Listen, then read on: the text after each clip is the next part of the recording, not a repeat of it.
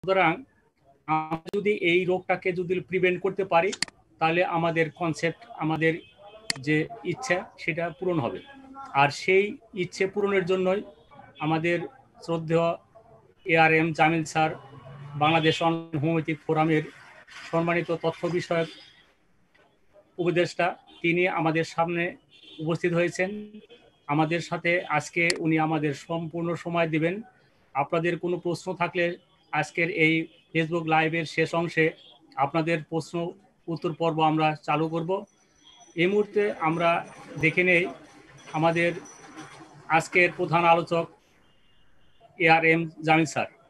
Please sir, আপনি sir introduction শুরু করুন স্যার। জি, ধন্যবাদ ডক্টর ইয়াকুব আলী সরকার। জি, আসসালামু আলাইকুম। আশা করি যে যেখানে আছেন সবাই ভালো আছেন। তো আজকের যে বিষয়টা আলোচনা হচ্ছিল বা যে বিষয়টা আজকে আলোচনা ইনফ্যাক্ট হবে সেটা হচ্ছে আমাদের ডায়াবেটিস, এবং ডায়াবেটিসটা আমরা ওষুধবিহীন কিভাবে ম্যানেজ করতে পারি সে বিষয়ে আমরা আজকে ডিটেইলস আলোচনা করব। তো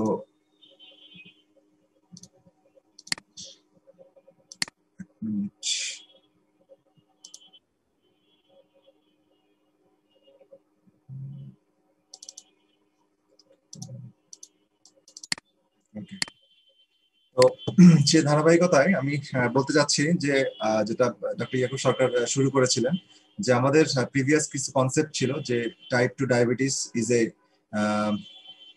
নন curable or it's a chronic and progressive disease, মানে এটা ক্রনিক রোগ এবং এটা ধীরে ধীরে প্রোগ্রেসিভ, সামনের দিকে এগিয়ে যায় এবং তার কমপ্লিকেশন গুলো করতে থাকে।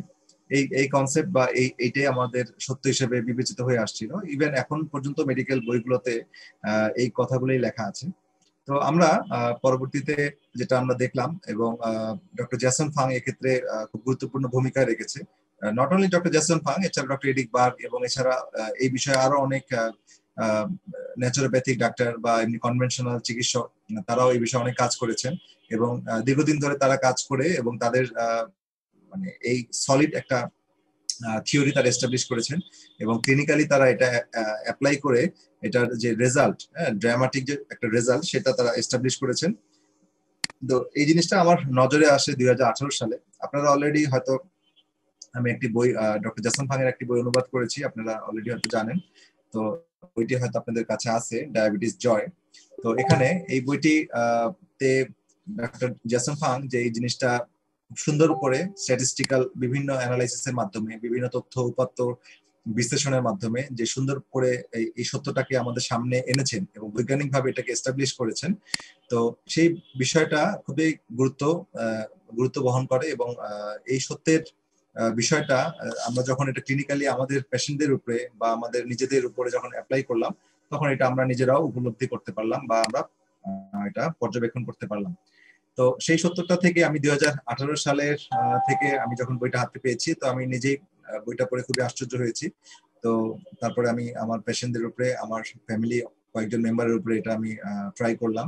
তো আলহামদুলিল্লাহ তারা খুব অল্প সময়ের মধ্যেই যার যেই সময় বা যার ডায়াবেটিসের বয়স যত বেশি বা যার ডায়াবেটিসের সাথে আরো যত জটিলতা আছে সেই অনুযায়ী সময়ের পার্থক্য হয়েছে, বাট ইভেনচুয়ালি তারা আলহামদুলিল্লাহ সবাই খুব ভালো রেজাল্ট পেয়েছেন এবং ডায়াবেটিস তাদের আরোগ্য, অনেকের আরোগ্য এবং অনেকে আরোগ্যের পথে।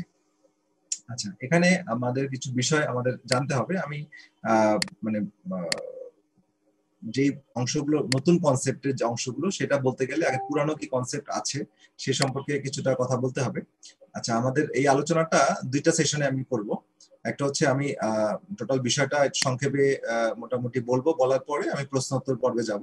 সেটাই মনে হয় বেশি মানে আপনাদের কাছে বেশি ভালো হবে, কারণ প্রশ্ন যখন আমরা নিব তখন একজনের জানাটাই অনেকের উত্তর হয়ে যাবে।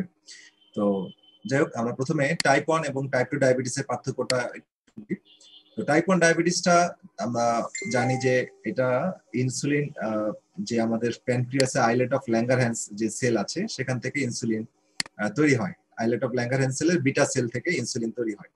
এখন যদি কোনো কারণে, সেটা জন্মগত কারণে হতে পারে, অথবা কোনো ইনফেকশনের কারণে, অথবা কোনো সার্জারির কারণে, অথবা কোনো আঘাতজনিত কারণে, অথবা কোনো অপারেশনের পরে, যে কোনো কারণে হোক, যদি আমার ওই প্যানক্রিয়াসের আইলেট অফ ল্যাঙ্গারহ্যান্স সেল অথবা কোনো ইমিউন রেসপন্স, যেটা সবচেয়ে বেশি হয় অটো ইমিউন ডিজিজ, হ্যাঁ, বডির ওই আইলেট অফ ল্যাঙ্গারহ্যান্স সেলের এগেনস্টেই অ্যান্টিবডি তৈরি করে তাকে ধ্বংস করে দেয়। তো এটাই মোস্ট কমন একটা ফেনোমেনা। তো আমরা যেটা দেখি টাইপ 1 ডায়াবেটিসে আইলেট অফ ল্যাঙ্গারহ্যান্স সেলের মধ্যে যে সেল সেটা আক্রান্ত হয়ে যে বিটা সেলগুলো ডিস্ট্রাকশন হয়ে যায়, যে কারণে ইনসুলিন আর বডিতে তৈরি হতে পারে না, বিকজ ইনসুলিন তৈরি কারখানাটাই ছিল সে বিটা সেল। তো সেটা ধ্বংস হয়ে যাওয়ার কারণে তারা ইনসুলিন আর তৈরি করতে পারে না, যে কারণে টাইপ 1 ডায়াবেটিসের ক্ষেত্রে আমাদেরকে লাইফ লং ইনসুলিন বাইরে থেকে দিতে হয়, বিকজ ইনসুলিন তৈরির যে কারখানা সেটাই নষ্ট হয়ে গেছে। ঠিক আছে, তো সেটা সেক্ষেত্রেও আমাদের যদি ডায়েট আমরা বুঝি বা আমাদের যে খাবার খেলে ইনসুলিন শরীরে ইনসুলিন রেজিস্ট্যান্স ডেভেলপ করে, হ্যাঁ, সেই ধরনের খাবারগুলো চিনতে পারি, তাহলেও আমাদের অন্যদের তুলনায়, অন্য টাইপ 1 এর তুলনায় এই ধরনের টাইপ 1 রোগীদের ইনসুলিন মানে ইনসুলিন কম লাগবে, তবে ইনসুলিন লাগে টাইপ 1 এর ক্ষেত্রে। আমাদের আলোচনা আজকের বিষয় টাইপ 1 না, বা টোটাল এই যে ডায়াবেটিস কোড বইটা সেটা কিন্তু টোটালটাই টাইপ 2 ডায়াবেটিস নিয়ে কথা বলা হচ্ছে। কারণ টাইপ 2 ডায়াবেটিস আমাদের মোর দেন 95%, টোটাল ডায়াবেটিসের পেশেন্টের মোর দেন 95% হচ্ছে আমাদের টাইপ 2 ডায়াবেটিস। তো এখন টাইপ 2 ডায়াবেটিসটা এটা মহামারীর মতো সারা পৃথিবীতে ছড়িয়ে গেছে, এবং এটা within a very short time, that means হচ্ছে একটা প্রজন্ম বলা হয়, এক প্রজন্ম তো ইউজুয়ালি 25 বছর। তো 25 বছরের ব্যবধানে আগের যে সিনারিও ছিল আর এখনকার সিনারিও মানে ব্যাপক অনেক বৃদ্ধি পেয়েছে। তো এইটার কারণ বিশ্লেষণ করতে যে অনেকগুলো কারণ দেখা গেছে, বিজ্ঞানীরা এটাকে বিশ্লেষণ করেছেন, স্বাস্থ্য বিজ্ঞানীরা এটা দেখেছেন। তো তারপরে এই জিনিসগুলো তারপরে তারা প্র্যাকটিস করলেন, খাদ্যাভ্যাসের কি পরিবর্তন আছে, লাইফস্টাইলের সাথে কি পরিবর্তন, আগের 25 বছরের সাথে বর্তমান এই লাস্ট 25 বছরে কি কি পরিবর্তন মানুষের মধ্যে দেখা দিয়েছে, যে কারণে এই ডায়াবেটিস টাইপ 2 ডায়াবেটিসটা মহামারীর মতো মানে বৃদ্ধি পেয়েছে। তো সেই বিষয়গুলো পর্যবেক্ষণ করতে যে, সেই বিষয়গুলো নিয়ে গবেষণা করতে যে, তখন তারা দেখলো যে এখানে অনেকগুলো ফ্যাক্টর পরিবর্তন হয়েছে যেটা আগে ছিল না। একটা হচ্ছে আমাদের খাদ্যাভ্যাসে পরিবর্তন। খাদ্যাভ্যাসে পরিবর্তন হয়ে যেটা হয়েছে, আমরা প্রকৃতি থেকে অনেক দূরে চলে আসছি। আগে প্রকৃতি খাবারের যে অবস্থা ছিল, ফর্মটা প্রকৃতিতে যে ফর্মে ছিল, নেচারে যে ফর্মে ছিল, মোটামুটি সেই ফর্মটাই কিছুটা পরিবর্তন হয়ে আমাদের খাবার টেবিলে আসতো বা আমাদের পাতে আসতো। কিন্তু এখন এই সভ্যতার বদলতে বা আমাদের এই খাবারগুলো এত বেশি প্রসেস হচ্ছে, বা এত বেশি খাবারের কোম্পানি আসার কারণে এত ভ্যারাইটি খাবার আমাদের এটা আসছে, যে কারণে এই খাবারগুলো প্রকৃতি থেকে অনেকগুলো পর্যায়ে প্রসেস হতে হতে অনেক পরিবর্তন হয়ে আমাদের কাছে আসছে। তো এটাকে বলা হচ্ছে প্রসেস ফুড। এই প্রসেস ফুডটা একটা অন্যতম কারণ হিসেবে বিজ্ঞানীরা আবিষ্কার করলো। তো এই বিষয়ে খুব সুন্দর করে তথ্যপাত্য ভিত্তিক আলোচনাগুলো চ্যাপ্টার ওয়াইজ করা আছে। তো আপনারা, আমার বিশ্বাস আপনারা বইটা সংগ্রহ করেছেন, কারণ এটা একটা লাইফ চেঞ্জ করা বই। কারণ এটা আমাদের মানুষের মধ্যে বাঁচা মরার মধ্যে পার্থক্য করে দেয় কিন্তু জ্ঞান। হ্যাঁ, তো আমাদের কিন্তু জ্ঞানটা অর্জন করতে হবে, স্পেশালি এমন একটা ডিজিজ নিয়ে আমাদের জ্ঞান অর্জন করতে হবে, যে ডিজিজটা কিন্তু এখন প্রত্যেক বাসায় প্রত্যেক বন্ধু বান্ধবের মধ্যে, আত্মীয় স্বজনের মধ্যে, বাবা মা, শ্বশুর শাশুড়ি, আত্মীয় স্বজন সবার মধ্যে দেখবেন যে টাইপ 2 ডায়াবেটিসের রোগী আছে। সুতরাং আপনার এজ এ চিকিৎসক হিসেবে তো এটা জানতেই হবে, প্লাস হচ্ছে আপনার এই মেসেজটা যদি আপনি না পান, তাহলে কিন্তু আপনি তাদেরকেও আপনি হেল্প করতে পারবেন না, নিজেও হেল্প নিতে পারবেন না, তাদেরকে হেল্প করতে পারবেন না। সুতরাং আপনার এই বিষয়গুলো জানতে হবে। আচ্ছা, যেটা বলছিলাম যে আমাদের এই প্রসেস ফুডটা, স্পেশালি প্রসেস কার্বোহাইড্রেট, তো এটা নিয়ে গবেষণা করতে দেখলো যে এইটা বডিতে আপনার ইনসুলিন রেজিস্ট্যান্সটা বাড়ায়। আচ্ছা, এখন টাইপ 2 ডায়াবেটিসের আগের কনসেপ্ট এবং বর্তমান কনসেপ্টটা একটু বলি, না হলে তো পার্থক্য বোঝা যাবে না। আগের কনসেপ্ট যেটা ছিল সেটা হচ্ছে আমাদের কোষ, ডায়াবেটিসটাকে বলা হয় কি শরীরের সব জায়গার অসুখ, সর্বদৈহিক, মানে যেখানে কোষ আছে সেখানে ডায়াবেটিস আক্রান্ত হয়, হ্যাঁ, সুগার এন্ট্রি করে। তো আগের কনসেপ্টটা হচ্ছে একটা কোষের মধ্যে ইনসুলিন বডি থেকে আসার পরে ইনসুলিনটা যখন ওই কোষের রিসেপ্টরে লাগে, রিসেপ্টর মানে একটা, ধরেন যে একটা দরজা, ওই দরজাতে যখন ইনসুলিনটা লাগে, হ্যাঁ, তখন আরেকটা দরজা খুলে যায়, গ্লুকোজের দরজা খুলে যায়, এবং গ্লুকোজ কোষের মধ্যে ঢুকতে পারে। যদি ইনসুলিনটা না লাগে তাহলে আর গ্লুকোজ কোষের মধ্যে ঢুকতে পারে না। ঠিক আছে, এবং ইনসুলিন রেজিস্ট্যান্সটা কি বলতো আগের কনসেপ্ট, ইনসুলিন রেজিস্ট্যান্সটা বলতো কোনো একটা অজানা কারণে, বই মেডিকেল বইগুলোতেও এখন এভাবে লেখা আছে যে কারণটা ইডিওপ্যাথিক, কারণটা জানা যায় নাই, হ্যাঁ, যে কোনো একটা অজানা কারণে ইনসুলিনটা আপনার এই রিসেপ্টরের সাথে ঠিকমতো বাইন্ড করে না, লাগতে পারে না, যে কারণে গ্লুকোজ কোষের মধ্যে এন্ট্রি করতে পারে না, এন্ট্রি না করতে পারে না, কিন্তু এই জন্য ব্লাড ভেসেল, এই যে পাইপলাইন যেটা আছে, হ্যাঁ, রক্তনালী, ওর মধ্যে অতিরিক্ত গ্লুকোজ তখন, যেহেতু কোষের মধ্যে ঢুকতে পারে না, অতিরিক্ত গ্লুকোজ তখন এই পাইপলাইন দিয়ে, ব্লাড ভেসেল দিয়ে ট্রাভেল করে, এবং যেটা কারণে আমরা বলছি হাইপারগ্লাইসেমিয়া, মানে রক্তে গ্লুকোজ বেশি, এবং যেটা আমরা ব্লাড টেস্ট করলে বেশি পাই, এইটা কনসেপ্ট। তো ইনসুলিন রেজিস্ট্যান্স তার আগের ব্যাখ্যা ছিল যে কোনো একটা অজানা কারণে ইনসুলিনটা গ্লুকোজের মানে এই রিসেপ্টরের সাথে বাইন্ড করতে পারে না, এটাকে লক অ্যান্ড কি বলা হয়। ইনসুলিনটা চাবি, এবং ওই কোষ প্রাচীরে যে রিসেপ্টর আছে সেটা হচ্ছে তালা, তালার সাথে চাবির কোনো একটা অজানা কারণে আর খুলছে না, এটা বলা হতো। এখন এক্সাক্ট কারণটা বলা হয়নি।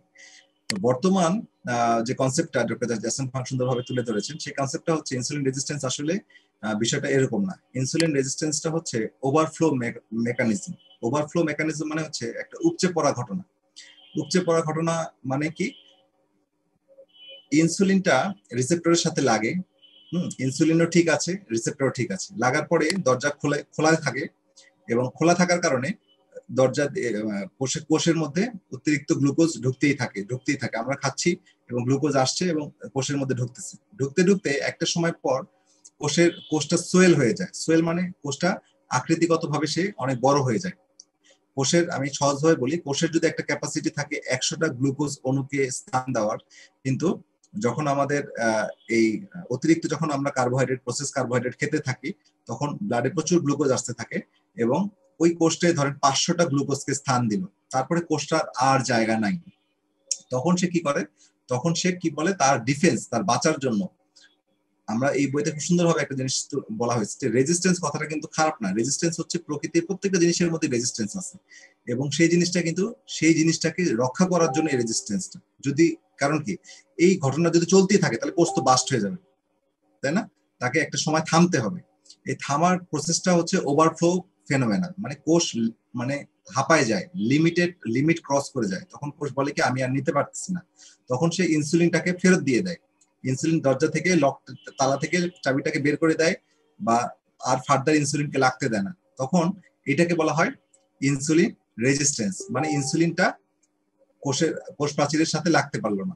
ঠিক আছে, কেন পারলো না, কারণ অতিরিক্ত গ্লুকোজ দ্বারা অলরেডি কোষ প্রাচীরটা, মানে কোষের ভিতরে আর জায়গা নাই।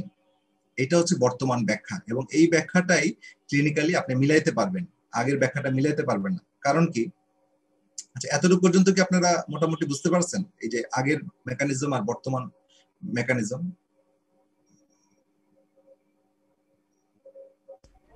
জি স্যার, বুঝতে স্যার। জি স্যার। আচ্ছা, তাহলে এখন যেটা কথা সেটা হচ্ছে, আগের মেকানিজমটা আপনি ব্যাখ্যা করতে পারবেন না, মানে ক্লিনিক্যালি প্রমাণিত না, কিন্তু বর্তমানটা ক্লিনিক্যালি প্রমাণিত। কারণ কি, আমার যে খাবারটা আমি খাই, খাবারটা খাওয়ার পরে কোথায় যায়, খাবারটা আমার স্টমাকে যাচ্ছে, স্টমাক থেকে আমার ডিউডেনাম, তারপর ইন্টেস্টাইনে যাচ্ছে, তারপরে পোর্টাল সার্কুলেশন দিয়ে আমার চলে যাচ্ছে কোথায়, লিভারে। হ্যাঁ, টোটাল খাবারটা নিউট্রিশন হিসেবে গ্লুকোজ ভেঙে হচ্ছে, মানে কার্বোহাইড্রেট ভেঙে হচ্ছে গ্লুকোজ, প্রোটিন ভেঙে হচ্ছে অ্যামাইনো অ্যাসিড, ফ্যাট ভেঙে হচ্ছে ফ্যাটি অ্যাসিড, তো সবগুলো আমার লিভারে আসছে। এখন লিভারে আসার পরে প্রথম ধাক্কাটা কিন্তু লিভারকে সামলাইতে হয়, সে লিভার কি করে, তো লিভার যেটা করে সেটা হচ্ছে এই অতিরিক্ত যে গ্লুকোজ সেটাকে সে গ্লাইকোজেন হিসেবে কনভার্ট করে। এখন তারপরে যখন আর পারে না, তখন সে এই অতিরিক্ত গ্লাইকোজেনটাকে তখন সে ফ্যাটে কনভার্ট করে। কোন ফ্যাটে কনভার্ট করে, সেটাকে বলা হয় টিজি, ট্রাইগ্লিসারাইড। ঠিক আছে, তো এটার একটা এক্সাম্পল দেই। সাপোজ ধরেন কাছে টাকা আছে, লিকুইড মানি আছে, প্রথমে টাকাটা, আপনার মনে করেন অনেক সম্পদ আছে, এখন আপনার প্রথমে টাকা যদি আসতেই থাকে, মনে করেন আপনি প্রচুর ইনকাম করছেন, প্রচুর টাকা আসছে, তাহলে প্রথমে আপনি কি করবেন, আপনি কোথায় টাকাটা রাখবেন, পকেটে, মানি ব্যাগে, এখানে রাখবেন। তারপরেও প্রচুর টাকা আসছে, তখন কি করবেন, তখন তার মানি ব্যাগে রাখতে পারছেন না, সেখানে পাচ্ছে না, তখন কি করতে হবে, ব্যাংকের একটা অ্যাকাউন্ট খুলবেন, অ্যাকাউন্ট খুলে ব্যাংকে রাখবেন। তারপরে আরো টাকা আসছে, তখন কি করবেন, তখন আপনি বিভিন্ন সেভ করার জন্য বিভিন্ন জিনিস করবেন, বিভিন্ন স্কিম কিনবেন, ডিপোজিট কিনবেন, গোল্ড কিনবেন, হ্যাঁ, ব্যাংকে লকার কিনবেন, হ্যাঁ, এভাবে আপনি বিভিন্ন জায়গায় এভাবে টাকাগুলোকে অন্য জিনিসে, স্বর্ণেতে কনভার্ট করে, বা বিভিন্ন কিছুতে কনভার্ট করে আপনি রাখবেন, ঠিক আছে? এটি হচ্ছে ন্যাচারাল জমানোর প্রসেস। তো বডিও একইভাবে যখন প্রচুর পরিমাণে গ্লুকোজ আসতে থাকে তখন সেই গ্লুকোজটাকে প্রথমে গ্লাইকোজেন হিসেবে রাখে, তারপরেও দেখে আসতেছে আমি তো এটাকে জমাইতে হবে, হ্যাঁ, কারণ একটা লিমিট আছে, গ্লাইকোজেনের একটা লিমিট আছে, এর বেশি সে জমায় রাখতে পারবে না, তখন সে এটাকে টিজিতে কনভার্ট করে, ট্রাইগ্লিসারাইড। তারপরে ট্রাইগ্লিসারাইডে তৈরি করার পরে ট্রাইগ্লিসারাইডটা যখন বেশি হয় তখন কিন্তু লিভার হয়ে যায় ফ্যাটি লিভার। আমরা যে ফ্যাটি লিভার পাই তখন এই ট্রাইগ্লিসারাইডের আধিক্য। ট্রাইগ্লিসারাইডটা আমরা কোথা থেকে আসলো? ওই গ্লুকোজ থেকে আসলো, অতিরিক্ত গ্লুকোজ থেকে গ্লাইকোজেন হয়ে আমার টিজি। তো এখন তারপরে যখন আমার বেশি আসছে তখন ওইটাকে কি করবে, বডি প্যাকেট করে বডির সারা শরীরে ছড়ায় দিবে, বিভিন্ন অর্গানের চারিদিকে ছড়ায় দিবে, জমায় রাখবে, কিডনির চারিদিকে পাঠিয়ে দিবে, স্প্লিনের চারিদিকে পাঠিয়ে দিবে, হার্টের চারিদিকে পাঠিয়ে দিবে, ব্রেন ট্রেন অন্যান্য ব্লাড ভেসেলের চারিদিকে, হ্যাঁ, এটাকে বলা হয় অন্যান্য অর্গানের চারিদিকে এটাকে পাঠিয়ে দিবে, মানে ডিপোজিট করবে। আবার চামড়ার নিচে সাবকিউটেনিয়াস ফ্যাট বাড়ায় দিবে, হ্যাঁ, শরীরের বিভিন্ন জায়গায় অবাঞ্ছিত ফ্যাট চলে আসবে। ফ্যাট গুলো সোর্স কিন্তু আপনার ওই কার্বোহাইড্রেট, ফ্যাট থেকে কিন্তু ফ্যাট হচ্ছে না, কার্বোহাইড্রেট কনভার্ট হচ্ছে। আচ্ছা, এখন আপনার যদি এই প্রসেসটা চলতে থাকে, হ্যাঁ, তাহলে আপনি যে আগে যেটা কথা বলছিলাম যে আগে দুইটা অডিও সাউন্ড লিস from Abdul Mannan to everyone. আচ্ছা আচ্ছা, হ্যাঁ, সবাই মিউট করাই আছে। তো যাই হোক, তো যেটা বলছিলাম যে আমাদের আগের যে ব্যাখ্যাটা ছিল অজানা কারণে ইনসুলিনটা কোষ প্রাচীরের সাথে তালার সাথে লাগতে পারে নাই, বা লাগলেও তালাটা মানে চাবি দিয়ে তালা খুলে নাই, এই কারণে গ্লুকোজ ঢুকতে পারে নাই। হ্যাঁ, যদি গ্লুকোজ ঢুকতেই না পারে তাহলে আপনি কোষের মধ্যে ঘটনাটা ঘটে, গ্লুকোজটা কোষের মধ্যে আগে ঢোকার পরে অতিরিক্তটা গ্লাইকোজেন হয়, তারপরে টিজি হয়। তাহলে যদি আগের মেকানিজমে যদি ঢুকতেই না পারে, হ্যাঁ, বা অতিরিক্ত ঢুকতেই না পারে, তাহলে কিভাবে গ্লাইকোজেন বেশি হলো, কিভাবে ফ্যাটি লিভার হয়, তাই না? এই পয়েন্টটা কিন্তু একটু বুঝতে হবে আপনাদের, এই জায়গাটাই কিন্তু আমাদের বোঝার একটা টেকনিক্যাল বিষয়।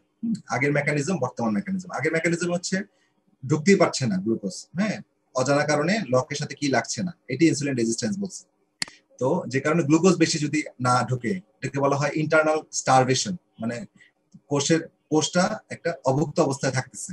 তো যে কারণে যদি আমার কোষের মধ্যে গ্লুকোজ বেশি নাই ঢুকে তাহলে আমি কিভাবে অতিরিক্ত ফ্যাটি লিভার হচ্ছে, কিভাবে টিজি বাড়তেছে, কারণ গ্লুকোজ থেকে তো টিজি হবে। তাহলে টিজি যে ব্লাডে বাড়তেছে, ডায়াবেটিস রোগীদের যে টিজি পাচ্ছে, ফ্যাটি লিভার হচ্ছে, সেটার কিন্তু ব্যাখ্যা আগের মেকানিজম অনুযায়ী দেওয়া সম্ভব না।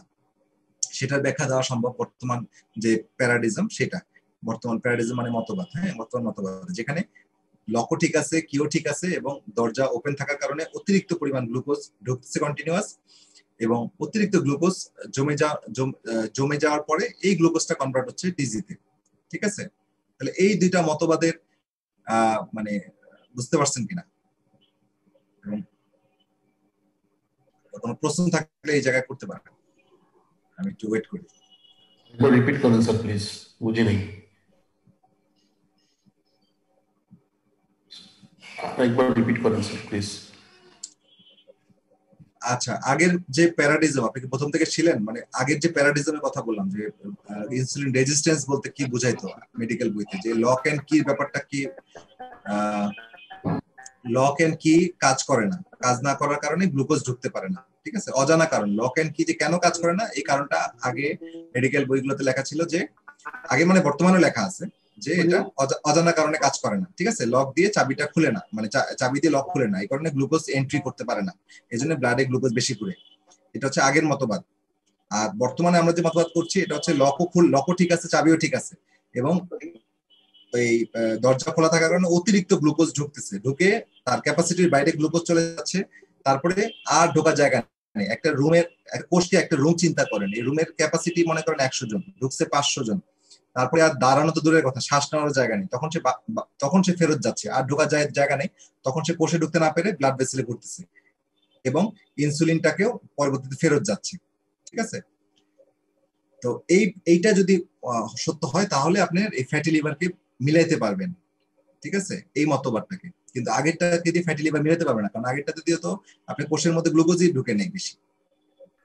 স্যার ওই ইনসুলিন যে ফেরত যাচ্ছে এইটাই রেজিস্ট্যান্স স্যার। জি, ফেরত দিয়ে দাওটা রেজিস্ট্যান্স, ঠিক আছে, রেজিস্ট করতেছে রেজিস্ট মানে বাধা দিচ্ছে বা প্রতিবন্ধকতা তৈরি করছে।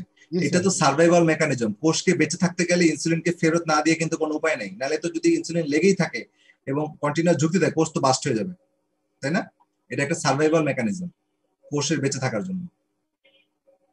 Clear sir. আগের মতবাদটা ছিল যে ঢুকতে পাচ্ছে না, এখন হচ্ছে যে অজানা কারণে লকের সাথে কি লাগে না, এই জন্য গ্লুকোজ ঢুকতে পারে না। না ঢুকতে পেরে ব্লাডে পাইপলাইনে গ্লুকোজ ঘোরাঘুরি করতো, যে কারণে আমরা ব্লাডে গ্লুকোজ বেশি পাইতাম। আর এখন মতবাদ হচ্ছে লকও ঠিক আছে, কিও ঠিক আছে, ঢুকে অতিরিক্ত ঢুকতে ঢুকতে তার আর মানে আর স্পেস নাই, ফাটা অবস্থা, মানে ফেটে যাবে এরকম একটা অবস্থা, ফাটা অবস্থা। তখন সে বাঁচার জন্য ইনসুলিনটাকে ফেরত দিয়ে দেয়, গ্লুকোজকেও ফেরত দিয়ে দেয়। তখন এই গ্লুকোজ তো ব্লাডে ঘুরতে থাকে, ইনসুলিনও ব্লাডে ঘুরতে থাকে। জি স্যার, ঠিক আছে। হ্যাঁ, thank you sir. Second mechanism দিয়ে আপনি এই ফ্যাটি লিভারকে ব্যাখ্যা করতে পারবেন ডায়াবেটিস রোগীর, কিন্তু প্রথম এটা দিয়ে আপনি এটা ব্যাখ্যা করতে পারবেন না ফ্যাটি লিভারকে। মানে ডায়াবেটিস রোগী কেন ফ্যাটি লিভার হয়, যদি ব্যাখ্যাটা যদি আগেরটা হয় তাহলে আপনি মিলাতে পারবেন না। কারণ ফ্যাটি লিভার তো হবে কোষের মধ্যে গ্লুকোজ নাই ঢুকে, তাহলে ফ্যাটি লিভার হলো কোথা থেকে? জি স্যার, সবাই ক্লিয়ার? হ্যাঁ জি স্যার, এই যে না ঢুকতে বলে তার ফ্যাটি হওয়ার কথা না, ফ্যাটি হবে না, বলে হ্যাঁ অতিরিক্ত ঢুকলেই তো গ্লুকোজ থেকে গ্লাইকোজেন থেকে আমার ফ্যাটি লিভার, জি স্যার, টিজি, হ্যাঁ, ট্রাইগ্লিসারাইড। ঠিক আছে, এতটুকু বুঝতেই হবে। আচ্ছা, তো এখন এই যে এখন আমরা প্রবলেমটা কিন্তু আমরা এখন জেনে ফেললাম, ঠিক আছে? তো প্রবলেম মানে কি? প্রবলেম জানা মানে কি? শত্রুকে চিনতে পারা, তাই তো? শত্রুকে যদি আমি চিনতে পারি তাহলে আমার সমাধান আমি জানতে পারবো, তাই না? তাহলে সমাধান কি? সমাধান হচ্ছে এই অতিরিক্ত গ্লুকোজ আসাটাকে বন্ধ করতে হবে। আবার আরেকটা কাজ করতে হবে, যেটা হচ্ছে গ্লুকোজের যে অল্টারনেটিভ, বা গ্লুকোজ তো আমরা জ্বালানি হিসেবে ব্যবহার করছি, তো গ্লুকোজের আমাদের শরীরে শক্তি সঞ্চয় করতেছে, তো গ্লুকোজের বিকল্প কোনো জ্বালানি আছে কিনা, বা যে জ্বালানি দিয়ে আমাদের শরীর ভালো চলবে, সেটা আমাদের জানতে হবে, ঠিক আছে? এই কয়েকটা বিষয় কনসেপ্ট জানলেই আমাদের ট্রিটমেন্ট মোটামুটি আমরা বুঝে ফেলবো। এখন হচ্ছে আমরা খাচ্ছি কি প্রসেস কার্বোহাইড্রেট। প্রসেস কার্বোহাইড্রেটের সমস্যা কি? এখানে একটা ইম্পর্টেন্ট কথা হচ্ছে GI, glycemic index. Glycemic index একটা কথা। গ্লাইসেমিক ইন্ডেক্স হচ্ছে আপনি 100 গ্রাম গ্লুকোজ, 100 গ্রাম কার্বোহাইড্রেট খেলেন, 100 গ্রাম কার্বোহাইড্রেট খাওয়ার পরে সেখান থেকে কতটুকু পরিমাণ গ্লুকোজ আপনার ব্লাডে চলে আসলো, ঠিক আছে? যদি ধরেন 80 গ্রাম গ্লুকোজ চলে আসলো 100 গ্রাম কার্বোহাইড্রেট থেকে, তাহলে ওই যে কার্বোহাইড্রেট আপনি খেলেন, যে খাবারটা খেলেন, সেটা রুটি হইতে পারে, সেটা ভাত হইতে পারে, সেটা যে কোনো কিছু হইতে পারে, বার্গার হইতে পারে, যাই হোক কার্বোহাইড্রেট খেলেন, তো ওখান থেকে আপনার 80 গ্রাম আসলো, 100 গ্রাম থেকে 80 গ্রাম আসলো, তাহলে তার ওই খাবারের জিআই কত? 80% গ্লাইসেমিক ইন্ডেক্স। তাহলে আপনার ওই খাবারটা অনেক বেশি পরিমাণে আপনি গ্লুকোজ বাড়ায় দিল রক্তের, ঠিক আছে? তাহলে আমাদের কার্বোহাইড্রেট চয়েস করতে হবে লো জিআই, মানে যেই খাবার কার্বোহাইড্রেট থাকবে 100 গ্রাম, কিন্তু ওখান থেকে আমার ব্লাডে গ্লুকোজ ঢুকবে কম। হ্যাঁ, তাহলে ওই ধরনের খাবার কোনটা? ন্যাচারাল খাবার। প্রকৃতিতে নেচার কিন্তু এরকম ভাবে চাচা ছোলা থাকে না, গ্লুকোজ সমৃদ্ধ খাবার থাকে না। প্রকৃতি কিন্তু কি থাকে? ফল বলেন আবরণ থাকে, ধান বলেন খোসা থাকে, হ্যাঁ, গম বলেন গমের খোসা থাকে। তো প্রকৃতি কিন্তু আপনার এই ফাইবার, তারপরে কার্বোহাইড্রেট, এগুলো একটা ব্যালেন্স নিয়ে প্রকৃতি তৈরি করে। কিন্তু মানুষের হাতে যখন পড়ে, ব্যবসায়ী হাতে যখন পড়ে, তখন সেই জিনিসটাকে প্যাকেটজাত করে, হ্যাঁ, আরো বেশি মডার্ন করতে যেয়ে উল্টা এই মডার্ন সিভিলাইজেশনের সাইড এফেক্ট আমরা এক যুগ মানে এই এক প্রজন্ম পরে আমরা দেখতে পাচ্ছি, হ্যাঁ, স্ট্যাটিস্টিক্যালি আগের সাথে বর্তমানে মিলে, যে ফাইবার গুলো সরাই ফেলা হচ্ছে, তারপরে মানে একদম প্রসেস করা হচ্ছে, আরো একদম ধুয়ে মুছে একদম পিওর গ্লুকোজ রাখা হচ্ছে, যে কারণে গ্লাইসেমিক ইন্ডেক্স অনেক বেশি। আমরা প্রচুর গ্লুকোজ আমাদের বডিতে চলে আসে, অল্প সময়ের মধ্যে ধাই করে গ্লুকোজ বেড়ে যায়। তো এই জিনিসগুলো আমাদেরকে, এইটা একটা কারণ আমাদেরকে, তাহলে উত্তর পেতে গেলে আমাকে ন্যাচারাল ফুডের দিকে যেতে হবে, যেটা ফাইবার সমৃদ্ধ খাবার বেশি থাকবে, ঠিক আছে? এই একটা সমাধান। আরেকটা সমাধান হচ্ছে আমরা খাবো কি, আমাদের প্রোটিন আছে, খাবার 3টা সোর্স। আমরা কি খাই সাধারণত? আমরা খাই কার্বোহাইড্রেট, প্রোটিন, ফ্যাট, আর বাকি 3টা হচ্ছে কি vitamin, minerals and water. Vitamin, minerals, water তো আমাকে শক্তি দেয় না, এটা আমার সাপ্লিমেন্ট, আমার রোগ প্রতিরোধ ক্ষমতার জন্য এনজাইম তৈরি করতে সাহায্য করে, তারপরে বিভিন্ন কোফ্যাক্টর তৈরি করে, এগুলো আমার রোগ প্রতিরোধ ক্ষমতা, আমার সাপ্লিমেন্ট হিসেবে এই 3টা জিনিস কাজে লাগে, ঠিক আছে? আমার বডির জ্বালানি পরিষ্কার পরিচ্ছন্ন করার জন্য এই ওয়াটার, ভিটামিন এন্ড মিনারেল লাগে। কিন্তু মূল যে শক্তিটা আসে সেটা আসে প্রোটিন, কার্বোহাইড্রেট এন্ড ফ্যাট থেকে। তাহলে আগে আমরা যেটা খেতাম সেটা খেতাম আমরা 70 or 80% কার্বোহাইড্রেট খেতাম সারাদিন। তো এখন আমাদেরকে কি করতে হবে, আমাদের খাবারের টেবিলটা ঘুরাই দিতে হবে। সহজভাবে আমাদেরকে কার্বোহাইড্রেট কমাই দিতে হবে, জিরো করবো না, আমরা লো কার্বোহাইড্রেট যাব, এবং আমাদের প্রোটিনটা একই রকম থাকবে, কারণ প্রোটিন অতিরিক্ত খেলে আবার প্রোটিন ইনডিউসড ইনজুরি হয়। প্রোটিন আবার আমার কিডনিতেও আঘাত করে, আমার লিভারেও আঘাত করতে পারে। এবং অতিরিক্ত প্রোটিন খেলে লিভারে আবার যে একটা বৈশিষ্ট্য আছে সেটা হচ্ছে গ্লুকোনিওজেনেসিস, মানে এই প্রোটিন থেকে, প্রোটিন ভেঙে তো অ্যামাইনো অ্যাসিড হয়, এই অ্যামাইনো অ্যাসিডটাকে আবার গ্লুকোজে কনভার্ট করে ফেলে। ঠিক আছে, তো এই বিষয়টাও খুব গুরুত্বপূর্ণ বিষয়। তো এই বিষয়টা আমাদের একটু বুঝতে হবে। সুতরাং প্রোটিনটা আমরা 20 to 25%ই রাখবো, নট মোর দেন 25%, একটু কমায় রাখবো। কিন্তু যাদের কিডনি প্রবলেম আছে, যাদের লিভার প্রবলেম আছে, তাদেরকে আরো কমায় নিতে হবে। ঠিক আছে, তো এইসব ক্ষেত্রে আপনি একজন ডাক্তারের আন্ডারে থেকে কাজ করবেন। আচ্ছা, আর এবার হচ্ছে ফ্যাটের কথা। ফ্যাটকে আমরা আরেকটা ভুল আমরা করতাম, এই 25 বছরের ভুল, আমরা যা ভুলটা করছি 25 বছরের মধ্যে কিন্তু বেশি পরিমাণে করছি। হ্যাঁ, তো এই জন্য 25 বছর আগে স্ট্যাটিস্টিক্স আর এখনকার স্ট্যাটিস্টিক্স অনেক বেশি পার্থক্য হয়ে গেছে এই ডায়াবেটিস মহামারী বা ওবেসিটি। আমরা ফ্যাটটাকে খারাপভাবে চিহ্নিত করছি, আমরা চিকিৎসকেরা, আমরা চিকিৎসা বিজ্ঞানীরা, তো বা খাদ্য ডায়েট যারা তৈরি করে তারা ফ্যাটটাকে ক্রিমিনাল হিসেবে দেখছি। তো কোন ফ্যাটটাকে ক্রিমিনাল হিসেবে দেখা হয়েছে? প্রাণীজ ফ্যাট, স্যাচুরেটেড ফ্যাট, এগুলাকে আমাদেরকে মানে বাদাম, এই ধরনের ফ্যাট গুলোকে আমরা ক্রিমিনাল পর্যায়ে নিয়ে গেছি। তো যে কারণে আপনি সব জায়গায় দেখবেন যে চিকিৎসকের কাছে গেলে এই ফ্যাট গুলো, স্পেশালি যাদের হার্টের অসুখ আছে বা যাদের ব্লাড কোলেস্টেরল বেশি পাই, তখন তাদেরকে সবাইকে বলা হয় যে এগুলো একদম অ্যাভয়েড, এগুলো খাওয়া যাবে না। কিন্তু বিষয়টা এরকম না। এখানেও জেসন ফাং তার বইতে খুব সুন্দর করে দিয়েছে। তার আরো 2টা বই আছে, ওই 2টা বই সংগ্রহ করে নেবেন। আরেকটা বই আছে ওবেসিটি কোড, আরেকটা আছে ক্যান্সার কোড। ওবেসিটি কোডটাও আপনি সংগ্রহ করে নেবেন, যেহেতু এখানে ডায়াবেটিস নিয়ে বেশি ফোকাস করা আছে। ওবেসিটি কোডটা নিয়ে এই বিষয়গুলো আরো ডিটেইলস আছে। তো ওখানে আপনি দেখবেন যে কিছু কিছু জায়গার মানুষরা কিন্তু ফ্যাট খায়। যেমন আপনি এস্কিমোর কথা বলেন, হ্যাঁ, যেমন আপনার এই যে কি বলে স্ক্যান্ডিনেভিয়ান কান্ট্রি গুলাতে ওরা কি খায়? সিল মাছ। সিল মাছ তো চিনেন তাই না? পানির সমুদ্রে সিল মাছ থাকে, খালি চর্বি আর চর্বি। ওরা ওই চর্বিটা সারা বছরই ওই মাছ খেয়ে তারা বেঁচে থাকে, কারণ ওখানে অন্য কিছু পাওয়া যায় না। তাদের কিন্তু সবচেয়ে আয়ারল্যান্ড বা ওইসব জায়গায় গ্রিনল্যান্ডের ওদিকে এই সুন্দর করে দেওয়া, তাদের হার্টের অসুখ হওয়ার সম্ভাবনা প্রায় 0%, খুবই কম, খুবই কম, এবং সাথে ডায়াবেটিস। যদি ওই জিনিসটাই সত্য হতো তাহলে কিন্তু তারা কিন্তু সবার আগে মারা যেত, কারণ তারা খাচ্ছেই সারাদিন যে ওই এই সিল মাছ। তো এরকম বিষয়। তো আপনার এই ফ্যাটটা কিন্তু আমার গুরুত্বপূর্ণ, স্যাচুরেটেড ফ্যাট। এখন ফ্যাটের মধ্যে 2 রকম ফ্যাট আছে, খারাপ ফ্যাট, ভালো ফ্যাট। তো ট্রান্স ফ্যাট যেগুলো আছে সেগুলো আমাদের খারাপ। তো পলিআনস্যাচুরেটেড ফ্যাটি অ্যাসিড সেগুলো আমাদের খেতে হবে। তো পলিআনস্যাচুরেটেড মধ্যে এই এনিম্যাল ফ্যাট ভালো, কারণ এই ফ্যাট গুলো আমার বডিতে যখন আমি খাই, ফ্যাট গুলো বডি ভাঙতে আমার ফ্যাটি অ্যাসিডে হয়। এই ফ্যাটি অ্যাসিড পরে যখন আমার লিভারে যায় ওদিকে ভেঙে, তখন বডিতে কিটোন বডি তৈরি হয়। এবং এই কিটোন বডিটা একটা সুন্দর একটা সিস্টেম। কিটোন বডিটা আমার কোষের মধ্যে এই কোষ যে আছে, কোষ প্রাচীর, হ্যাঁ, প্রত্যেকটা কোষ তো একটা ইউনিট, এই ইউনিট নিয়ে তো আমি তৈরি হই, আমার বডি তৈরি হয়। তো এই কোষের মধ্যে ঢোকার জন্য গ্লুকোজ, প্রোটিন মানে amino acid and fatty acid, তো এই 3টা ঢোকার জন্য 3টা পদ্ধতি। গ্লুকোজ ঢোকার জন্য একটা দরজা লাগে, প্রোটিন ঢোকার জন্য দরজা লাগে, বাট ফ্যাট ঢোকার জন্য কোনো দরজা লাগে না। ঠিক আছে, সে ডিফিউশন প্রক্রিয়ার মাধ্যমে ভিতরে ঢুকে যায়। কারণ কোষের যে লেয়ার, এটাকে ফসফোলিপিড লেয়ার, আর হচ্ছে ফ্যাটও হচ্ছে লিপিড। তাহলে লিপিডে কোনো সমস্যা করে না, সে ডিফিউশন হয়ে যায়। এইভাবে যখন কিটোন বডি তৈরি করে বডি, কিটোন বডি আর কিটোসিস কিন্তু এক না। অনেকে এই জিনিসটাকে গোলায় ফেলে, ডায়াবেটিক কিটোঅ্যাসিডোসিস বানিয়ে দেয়। ওই জিনিসটা কিন্তু আলাদা। ওইটা হচ্ছে ইউজুয়ালি টাইপ 1 ডায়াবেটিসে বেশি হয়, টাইপ 2 তে হর্ন হয় বেশি, এবং এটা অন্য বিষয়। ঠিক আছে, এখানে না। এটা হচ্ছে আমাদের কিটোন বডি, এটা অনেক জার্নাল আছে। তো এখানে এই বিষয়, এখানে এই বইতেও আছে, প্লাস আপনার অন্যান্য বিষয়গুলো আছে। তো এখন এই কিটোন বডিটা আমার যে তৈরি হওয়ার পরে কিটোন বডিটা কিন্তু জ্বালানি হিসেবে বেস্ট। কারণ কিটোন বডিটা খুব, আমি যদি জ্বালানিটাকে আমি যদি সহজভাবে বলি, আমরা মোটর সাইকেল যে চালাই বা গাড়ি চালাই, আমরা জ্বালানি হিসেবে 3টা ইউজ করি। এখন বাজারে 3টা জিনিস কিনতে পাওয়া যায়, তাই না?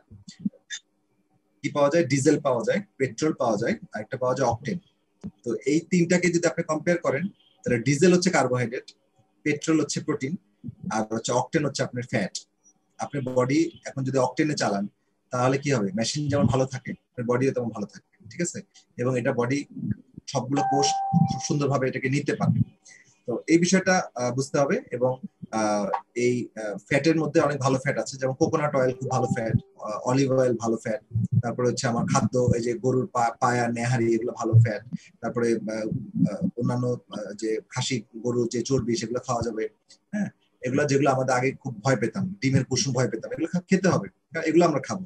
কিন্তু আমাদের যে মূল কালপ্রিট ছিল এই যে গ্লুকোজ এবং টিজি, টিজিটা কিন্তু এই আপনার এই স্যাচুরেটেড ফ্যাট থেকে আসে নাই, টিজি আসছে কিন্তু গ্লুকোজ থেকে, এবং টিজিটাই কিন্তু অ্যাথেরোস্ক্লেরোসিস, আর্টেরিওস্ক্লেরোসিস, হার্ট ব্লক, হ্যাঁ, এগুলোর জন্য রেসপন্সিবল। তাহলে আপনাকে টিজি কমাইতে হবে, ঠিক আছে? টিজি খুব ডেঞ্জারাস। টিজি কমাইতে, টিজি থেকে পরবর্তীতে বিভিন্ন প্রসেসের মাধ্যমে এলডিএল, ভিএলডিএল এগুলো তৈরি হয়, তো আমাদের এই স্যাচুরেটেড ফ্যাট থেকে না। কিন্তু আবার তেলের মধ্যে খারাপ আছে, যেমন ভেজিটেবল অয়েল, এগুলা খারাপ, ঠিক আছে? এগুলা অ্যাভয়েড করতে হবে। তারপরে একটা তেল যখন ওই যে বাজারের তেল, যে দোকানে যে তেলগুলো হয় ওগুলো বারবার করা হয়, ইউজ করা হয়, করতে করতে তেলটা ট্রান্স ফ্যাটে কনভার্ট হয়। হ্যাঁ, তো এই তেলগুলো শরীরের জন্য মারাত্মক ক্ষতিকারক, এগুলো আমাকে অ্যাভয়েড করতে হবে। এছাড়া আমার বাটার, ঘি, হ্যাঁ, যে এনিম্যাল ফ্যাট, সেগুলো আমি অবশ্যই খাবো, কারণ ওই ফ্যাট থেকে আমার এনার্জি আসবে। আর আরেকটা জিনিস মনে রাখতে হবে, আমাদের এনার্জি রেশিওটাও বুঝতে হবে। 1 গ্রাম ফ্যাট থেকে আপনার আসে 9 কিলো ক্যালোরি শক্তি।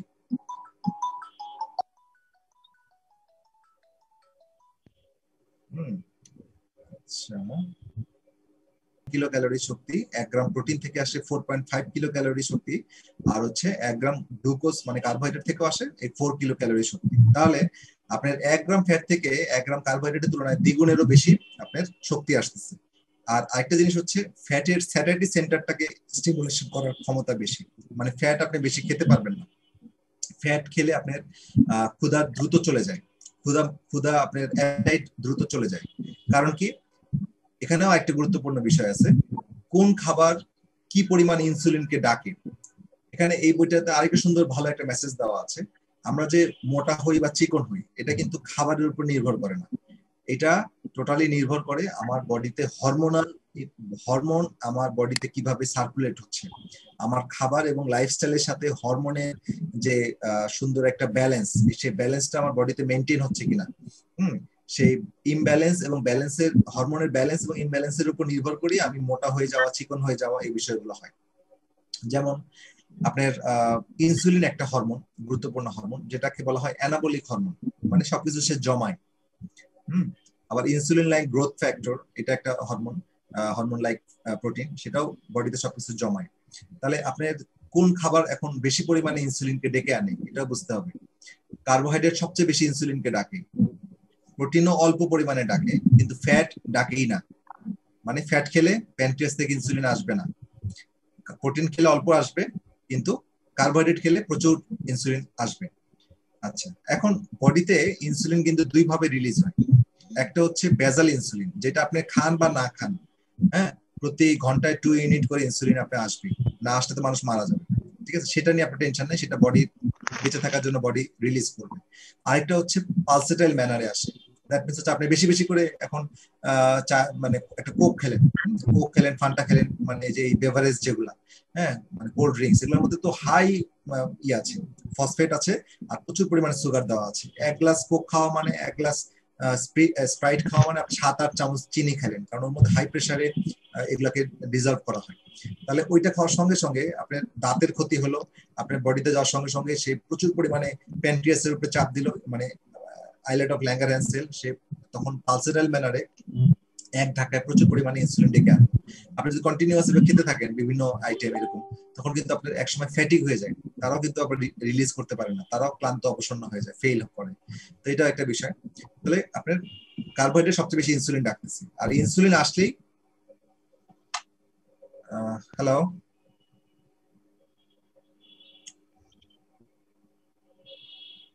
জি শোনা যায় স্যার। স্যার শুনতে পাচ্ছি, কিন্তু ফেসবুকে স্যার যাচ্ছে কিনা এটা কনফার্ম করতে পারিনি, বাইরে থেকে অনেক কল আসতেছে। আচ্ছা, লিংক শেয়ার করে দেন, লিংকটা আমাদের ইস্যু দেয় নাই, রাফি সাহেব দেয়নি আপনাকে? না দেয়নি এখনো, আমার কাছে বাইরে কোনো লিঙ্ক আসে নাই, কোনো গ্রুপে চলতেছে এটাও আমরা কনফার্ম করিনি, কারণ আমরা তো সব গ্রুপেই দেখতেছি কোথাও কোনো লাইক নাই বাইরে। এখানে যতই আসবে ততই আমার ইনসুলিন হচ্ছে একটা অ্যানাবলিক হরমোন, তো এই হরমোনের প্রভাবে আমার শরীরে সবকিছু জমবে, কোনো কিছু সে ভাঙতে দিবে না। গ্লুকোজ পেলে গ্লুকোজকে জমাবে, প্রোটিন পেলে প্রোটিনকে জমাবে, হ্যাঁ, ফ্যাট পেলে ফ্যাটকে জমাবে, সবকিছু সে জমানোর একটা টেন্ডেন্সি। খরচ করা টেন্ডেন্সি না। তো এটা একটা ইম্পর্টেন্ট ইস্যু আমাদের খাবার চয়েস করার ক্ষেত্রে, ঠিক আছে। তো আমাদেরকে হাই ফ্যাট খেতে হবে। হাই ফ্যাটের মধ্যে পলিস্যাচুরেটেড মানে পলি আনস্যাচুরেটেড ফ্যাটি অ্যাসিড এবং স্যাচুরেটেড ফ্যাট সেগুলো খেতে হবে। ট্রান্স ফ্যাট অ্যাভয়েড করবো, ভেজিটেবল অয়েল ইউজ অ্যাভয়েড করবো, এগুলা অ্যাভয়েড করবো, ঠিক আছে। আর যেই ফ্যাট গুলো বললাম, ঘি, বাটার, তারপরে অলিভ অয়েল, কোকোনাট অয়েল, তারপরে হচ্ছে আমার এই যে গরু খাসির পায়া, তারপরে হচ্ছে আপনার মাছের তেল, এগুলো আমরা সামুদ্রিক মাছ প্রেফার করবো আরো বেশি, এগুলো আমরা বেশি করে খাবো। সাথে প্রচুর ভেজিটেবল খাবো, ঠিক আছে। ভেজিটেবলের মধ্যে আমরা চয়েস করব যে যেটা সহজ ফর্মুলা আমরা বলি, মাটির নিচে যেগুলো হয় সেগুলোতে কার্বোহাইড্রেট যদি বেশি থাকে সেগুলো অ্যাভয়েড করে আমরা উপরের সবুজ শাকসবজি যেগুলো বেশি করে খাবো। আর একটা ইম্পর্টেন্ট তেল হচ্ছে সরিষার তেল। সরিষার তেলের মধ্যে ঘানি ভাঙা যেটা বলে, এখন তো খুবই সবাই এগুলো মোটামুটি জানে। তো ঘানি ভাঙা সরিষার তেলও খুব ভালো, সেটা আমাদের রান্না বান্না ব্যবহার করব। তবে রান্না বান্নার ক্ষেত্রে কিছু টেকনিক আছে। খুব বেশি বার্ন করলে, খুব বেশি হিট তৈরি করলে প্রোটিন গুলো মানে এই তেলেরও কোয়ালিটি নষ্ট হয়, যত ভালো তেলই হোক। তো সেক্ষেত্রেও আমাদের একটু সিদ্ধ সিদ্ধ টাইপের রান্না বান্না করা উচিত। হ্যাঁ, মানে স্পেশালি মাছ টাছ এগুলো ভাজার ক্ষেত্রে খুব বেশি আমরা মানে ভাজতে ভাজতে কালো করে ফেলবো না। হ্যাঁ, আমরা সিদ্ধ টাইপের খাবার পছন্দ করবো। তো এইভাবে যদি আমরা খাই, বাদাম খাবো প্রচুর, ড্রাই ফুড আমরা খাবো না, যে খেজুর, মধু, এগুলা ডায়াবেটিস রোগীদের জন্য, অন্যরা খেতে পারবে, ডায়াবেটিস রোগীদের জন্য আমরা খাবো না। তো এটা হচ্ছে একটা বিষয়। যদি আমরা এভাবে চলি তাহলে আমাদের একসময় আমাদের এটা কমে আসবে। আচ্ছা, এখন আমাদের চিকিৎসার উদ্দেশ্যটা কি? চিকিৎসার উদ্দেশ্য কি আমরা যদি জানি, আমাদের চিকিৎসার উদ্দেশ্য হচ্ছে যে আমার সমস্যাটা আমরা বুঝতে পারলাম যে আমাদের অতিরিক্ত গ্লুকোজ কোষের মধ্যে চলে আসছে, যে কারণে কোষটা ওভারফ্লো হয়ে গেছে। এখন কি করতে হবে? আমাদের চিকিৎসার মূল উদ্দেশ্য হচ্ছে এখানে কোষ খালি করতে হবে। কোষ খালি করতে হবে, কিন্তু আমি আবার যেন দুর্বল না হই সেটা দেখতে হবে। তো কোষ খালি করার জন্য আমাকে পদ্ধতি কি? এক হচ্ছে আমার যে শরীরে যে এন্ট্রি, হ্যাঁ, আমাদের এন্ট্রিতে যে কার্বোহাইড্রেট আমরা অতিরিক্ত পরিমাণে শরীরে প্রবেশ করতো, সে এন্ট্রিটা বন্ধ করতে হবে। এন্ট্রি লেভেলে খাবারটা, টেবিলটা ঘুরাই দিতে হবে, ঠিক আছে। তো কি করতে হবে? সেই এন্ট্রি লেভেলের মধ্যে আমরা যেটা করবো সেটা হচ্ছে আমরা ফ্যাট বেশি করে খাবো, তারপরে প্রোটিন 15-20% থাকবে, আর কার্বোহাইড্রেট 5-10% চলে যাবে। ইভেন প্রথম দিকে আরো কমাইতে পারি, 5-10% থাকবে, সেখানে ম্যাক্সিমাম অংশই শাকসবজি থেকে আসবে। শাকসবজির মধ্যে স্টার্চ আছে, স্টার্চও বডিতে যেমন গ্লাইকোজেন থাকে, উদ্ভিদের গ্লাইকোজেন হচ্ছে স্টার্চ, ওখান থেকে প্রচুর গ্লুকোজ আসে। সুতরাং গ্লুকোজ নাই এমন কথা বলা যাবে না, স্টার্চ থাকে। তো সেটা আমরা খেলাম। আরেকটা কি করতে হবে? আমাদেরকে পরিশ্রম করতে হবে। হ্যাঁ, পরিশ্রম করলে কি হবে? পরিশ্রম মানে কি? আমাদের ব্যায়াম, বিভিন্ন ব্যায়াম করতে পারে। এটা হচ্ছে বয়স টু বয়স। আপনি এখন 80 বছরের একজন মানুষকে তো বলতে পারবেন যে আপনি ফুটবল খেলেন, আপনার অনেক জিমে যে ব্যায়াম করেন, এরকম না। তো তার বয়স অনুযায়ী সবার জন্য কমন একটা ব্যায়াম হতে পারে আপনার অ্যারোবিক বিভিন্ন ব্যায়াম, যেমন ম্যারাথন দৌড় হতে পারে, জোরে কদমে হাঁটা হতে পারে, হ্যাঁ, সকাল বিকাল হাঁটা। তারপরে হচ্ছে যোগা, যোগ ব্যায়াম সব বয়সে মানুষই করতে পারে, এবং যোগ ব্যায়ামটা খুব ভালো এবং অল্প জায়গার মধ্যে অনেক বেশি ক্যালোরি এটা ব্যবহার হয়। তো যোগ ব্যায়ামটা করা যাবে এবং এটা শারীরিক মানসিক একটা রিদম সুন্দর মেনটেন করে যোগ ব্যায়ামে। যোগ ব্যায়াম আপনারা বিভিন্ন আসন এবং যোগ ব্যায়াম এটা দেখে নিলে এটা ভালো, অল্প জায়গায় ঘরের মধ্যে বা ছাদে বা বেলকনিতে বসে এটা করা যায়। আচ্ছা, আরেকটা বিষয় হচ্ছে গুরুত্বপূর্ণ, খুবই গুরুত্বপূর্ণ, সেটা হচ্ছে আমাদেরকে যেতে হবে ফাস্টিং। আমাদেরকে না খেয়ে থাকতে হবে। অ্যাজ এ মুসলিম হিসেবে আমরা রোজা রাখতে পারি, আর কোনো অন্য সবাই, হ্যাঁ, মুসলমান আর মুসলমান না, এখানে ধর্মীয় বিষয় না।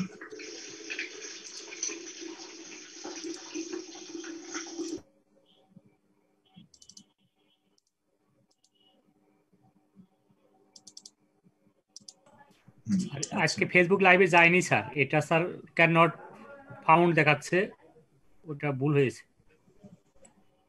আচ্ছা আচ্ছা, তো যাই হোক, আমাদের রেকর্ড থাকবে, ওটা পরে বলতে পারবো। তো যেটা বলছিলাম যে আপনার এই ইস্যুটা, হ্যাঁ, যেটা আমাদের ফাস্টিং এ যেতে হবে। ফাস্টিং এ গেলে কি হবে? ফাস্টিং এ গেলে খুব গুরুত্বপূর্ণ একটা ব্যাপার হয়, সেটা হচ্ছে অটোফেজি। অটোফেজি কথাটা আমরা জানি যে শরীরের মধ্যে যদি আমরা শরীরকে আমরা রেস্ট দেই, হ্যাঁ, সেলকে রেস্ট দিই, তাহলে অটোফেজি চালু হয়। এবং এটা দেখা গেছে যে গবেষণায় যে 16 বা থেকে 18 ঘন্টার উপরে যদি আমরা যাই তখন অটোফেজিটা বেশি চালু হয়। অটোফেজির মাধ্যমে আমাদের শরীরের মধ্যে লাইসোজোম বা অন্য যে অ্যাক্টিভিটি গুলো আছে, সেটা হচ্ছে শরীরের মধ্যে কিছু ঝাড়ুদার আছে, হ্যাঁ, কোষের মধ্যে। তারা কি করে? শরীরের মধ্যে অবাঞ্ছিত জিনিসগুলোকে সে পরিষ্কার পরিচ্ছন্ন করে ফেলে, ঠিক আছে। আচ্ছা, সাউন্ড কি কম না সাউন্ড ঠিক আছে? সাউন্ড স্যার একদম ঠিক আছে স্যার, কোনো সমস্যা নেই স্যার। ওকে, তো সেক্ষেত্রে রেকর্ড হচ্ছে কিনা স্যার? যে রেকর্ড হচ্ছে। এখন যেটা বলছিলাম, অটোফেজিটা চালু হয়ে যায়। অটোফেজি চালু হয়ে গেলে তখন আমার শরীরের মধ্যে অবাঞ্ছিত যে কার্বোহাইড্রেট, অবাঞ্ছিত যে বিভিন্ন টক্সিক ম্যাটেরিয়াল, অবাঞ্ছিত যে বিষয়গুলো থাকে বা ওয়্যার এন্ড টেয়ার, হ্যাঁ, প্রত্যেকটা সেল তো একটা কারখানা।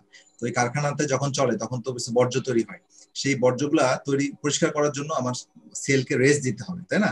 আপনি যদি আপনার সাপোজ, আমি উদাহরণটা আমি পেশেন্টদের এইভাবে শেয়ার করি যে ধরেন যে আপনি এবং আপনার ওয়াইফ দুইজনই কর্মজীবী মানুষ, এবং আপনারা সপ্তাহে 5 দিন কাজ করেন, শুক্র শনিবার আপনাদের বন্ধ থাকে। এখন শুক্র শনিবার আপনারা আপনাদের ঘরটা গোছান, ঠিক আছে? আপনি ঘরটা বিভিন্ন এলোমেলো থাকলে জানা টানা পরিষ্কার করেন, বাসার বিভিন্ন কাজকর্ম করেন, হ্যাঁ, সবকিছু পরিষ্কার পরিচ্ছন্ন করেন, ঠিক আছে? কিন্তু যদি আপনার শুক্র শনিবার ছুটি না দেওয়া হয়, হ্যাঁ, এবং 7 দিনই আপনি কাজ করতে থাকেন, তাহলে আপনার ঘরের চিত্রটা কি অবস্থা হবে? ঘরের অবস্থা কিন্তু খুব ভয়াবহ হয়ে যাবে, সব নোংরা হয়ে যাবে, ঘরগুলো থাকার মতো অবস্থা থাকবে না, ময়লা জমতে থাকবে, ময়লা ফেলার সময় পাবেন না, এরকম একটা বিষয়। মানে আপনি আপনার বাইরের মানে বসকে সন্তুষ্ট করতে বা অফিসকে সন্তুষ্ট করতে যে আপনি আপনার নিজেকে ধ্বংস করে ফেলতেছেন। এই ঘটনাটাই ঘটে যখন আপনি কন্টিনিউয়াস খেতে থাকেন। আপনার কোষ কিন্তু আপনাকে নিয়ে ভাবার সময় পায় না। সে তখন তার মানে বাইরের যে গ্লুকোজ কন্টিনিউয়াস আসতে থাকে, গ্লুকোজের যে স্রোতের মতো যে গ্লুকোজ আসতে থাকে, তাকে কিভাবে সে ম্যানেজ করবে, কাকে ব্যবহার করবে, কাকে জমিয়ে রাখবে, কাকে দূরে পাঠাবে, এই বিষয়গুলো নিয়ে সে ব্যস্ত থাকে। যে কারণে তার নিজের মধ্যে এই কারখানা চলতে থাকে এবং বিভিন্ন ভাবে জমতে থাকে। এই জমতে তাদের কোষগুলো কিন্তু এক সময় মানে মহাবিপদের মধ্যে পড়ে যায়, ঠিক আছে? আচ্ছা, আমাদের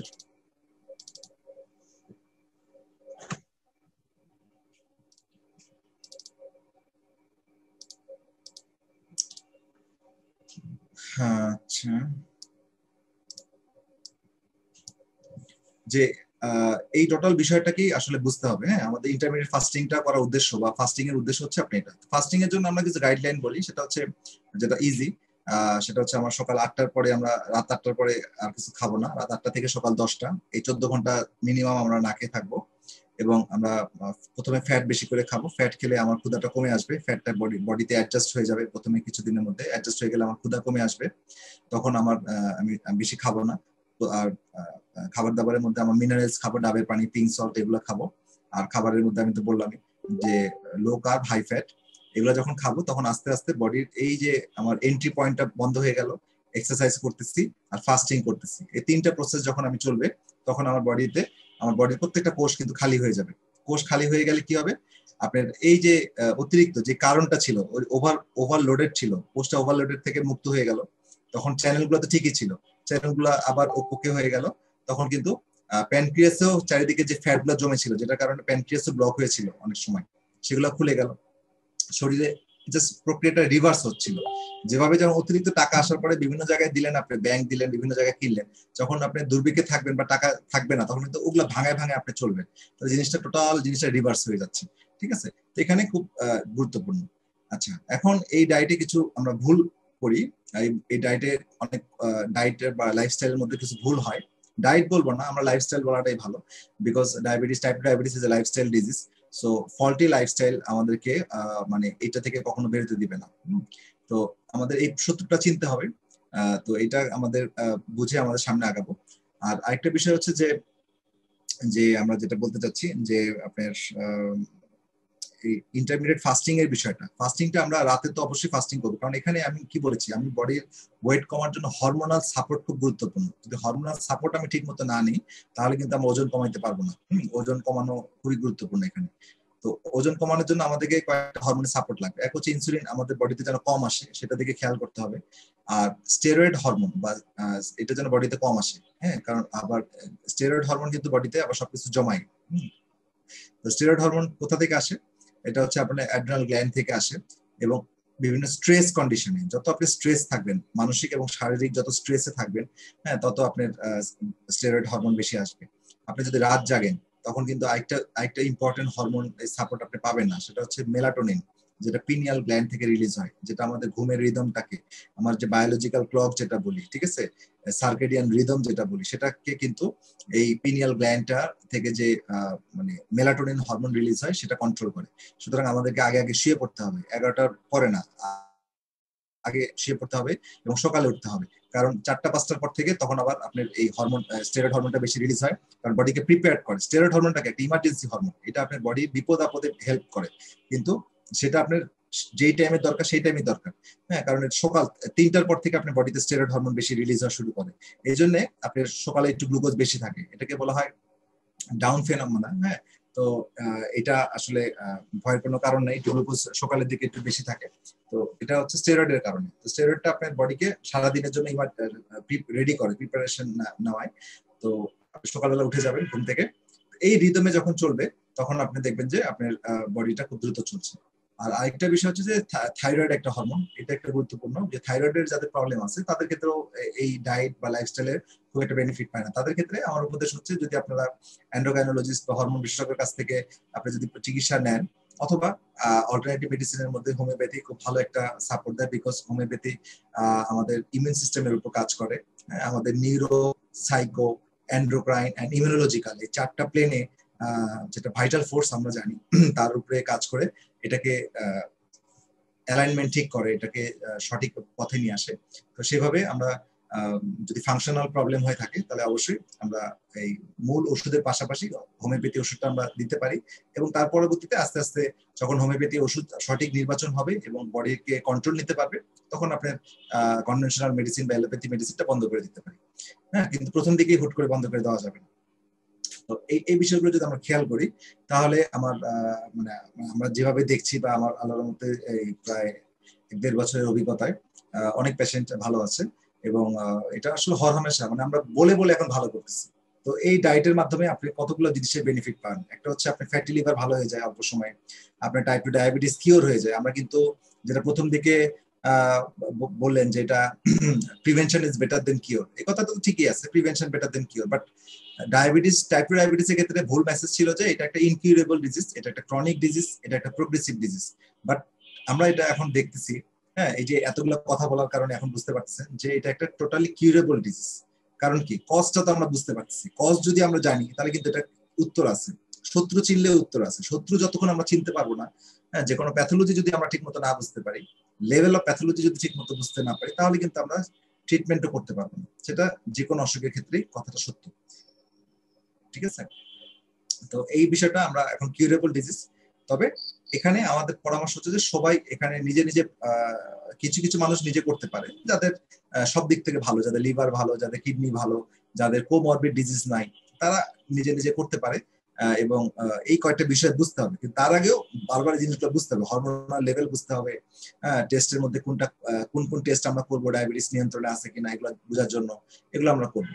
আর যাদের কিডনি প্রবলেম আছে, যাদের আপনার হার্টে প্রবলেম আছে, যাদের অন্যান্য থাইরয়েড বা অন্য অন্য জটিলতা আছে, তাদের জন্য পরামর্শ হচ্ছে তারা নিজেরা করবেন না, যা একজন চিকিৎসকের তত্ত্বাবধানে থেকে করবেন। বিকজ আপনার এই ডায়েটটা যখন করবেন তখন বডি একটা অবস্থা থেকে, আপনার বডি একটা ধরনের খাবার খেয়ে অভ্যস্ত ছিল।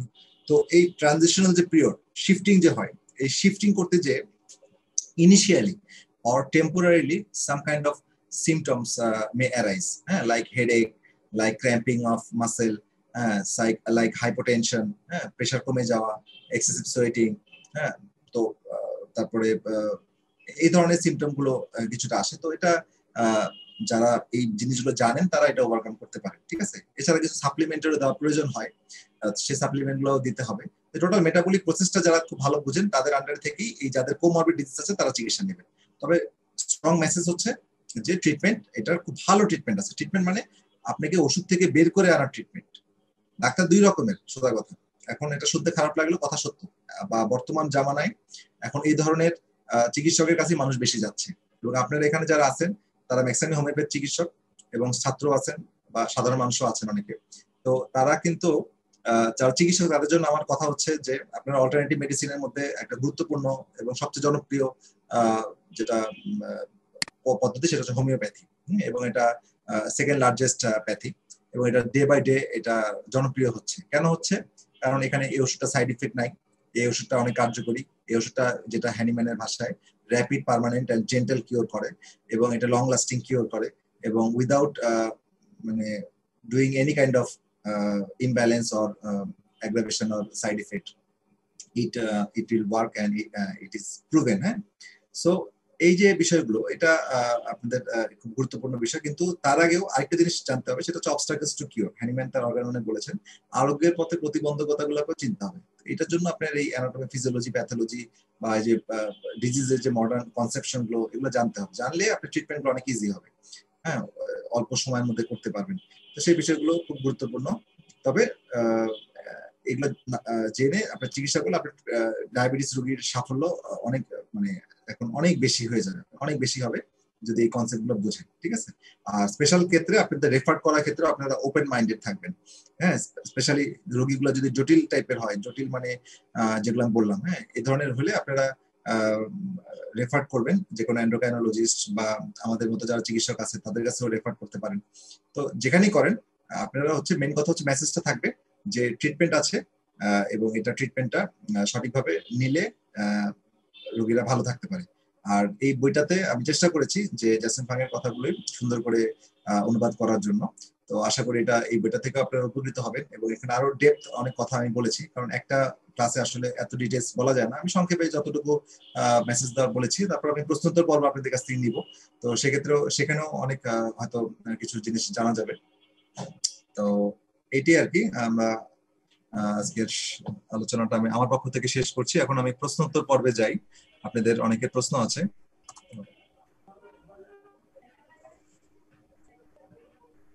ধন্যবাদ স্যার।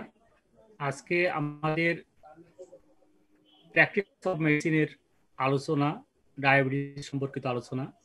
স্যার প্রথমে আলোচনার প্রথম পর্বে তিনি আমাদের এই রোগ সংক্রান্ত যে সকল তথ্য এবং তথ্যপাত্য আমাদের সহযোগিতা করে সে কথাগুলো সুন্দরভাবে ব্যাখ্যা করেছেন। আমরা প্র্যাকটিস অফ মেডিসিন পড়তে গেলে আমাদের কতগুলো পার্ট আমাদের জানতে হয়।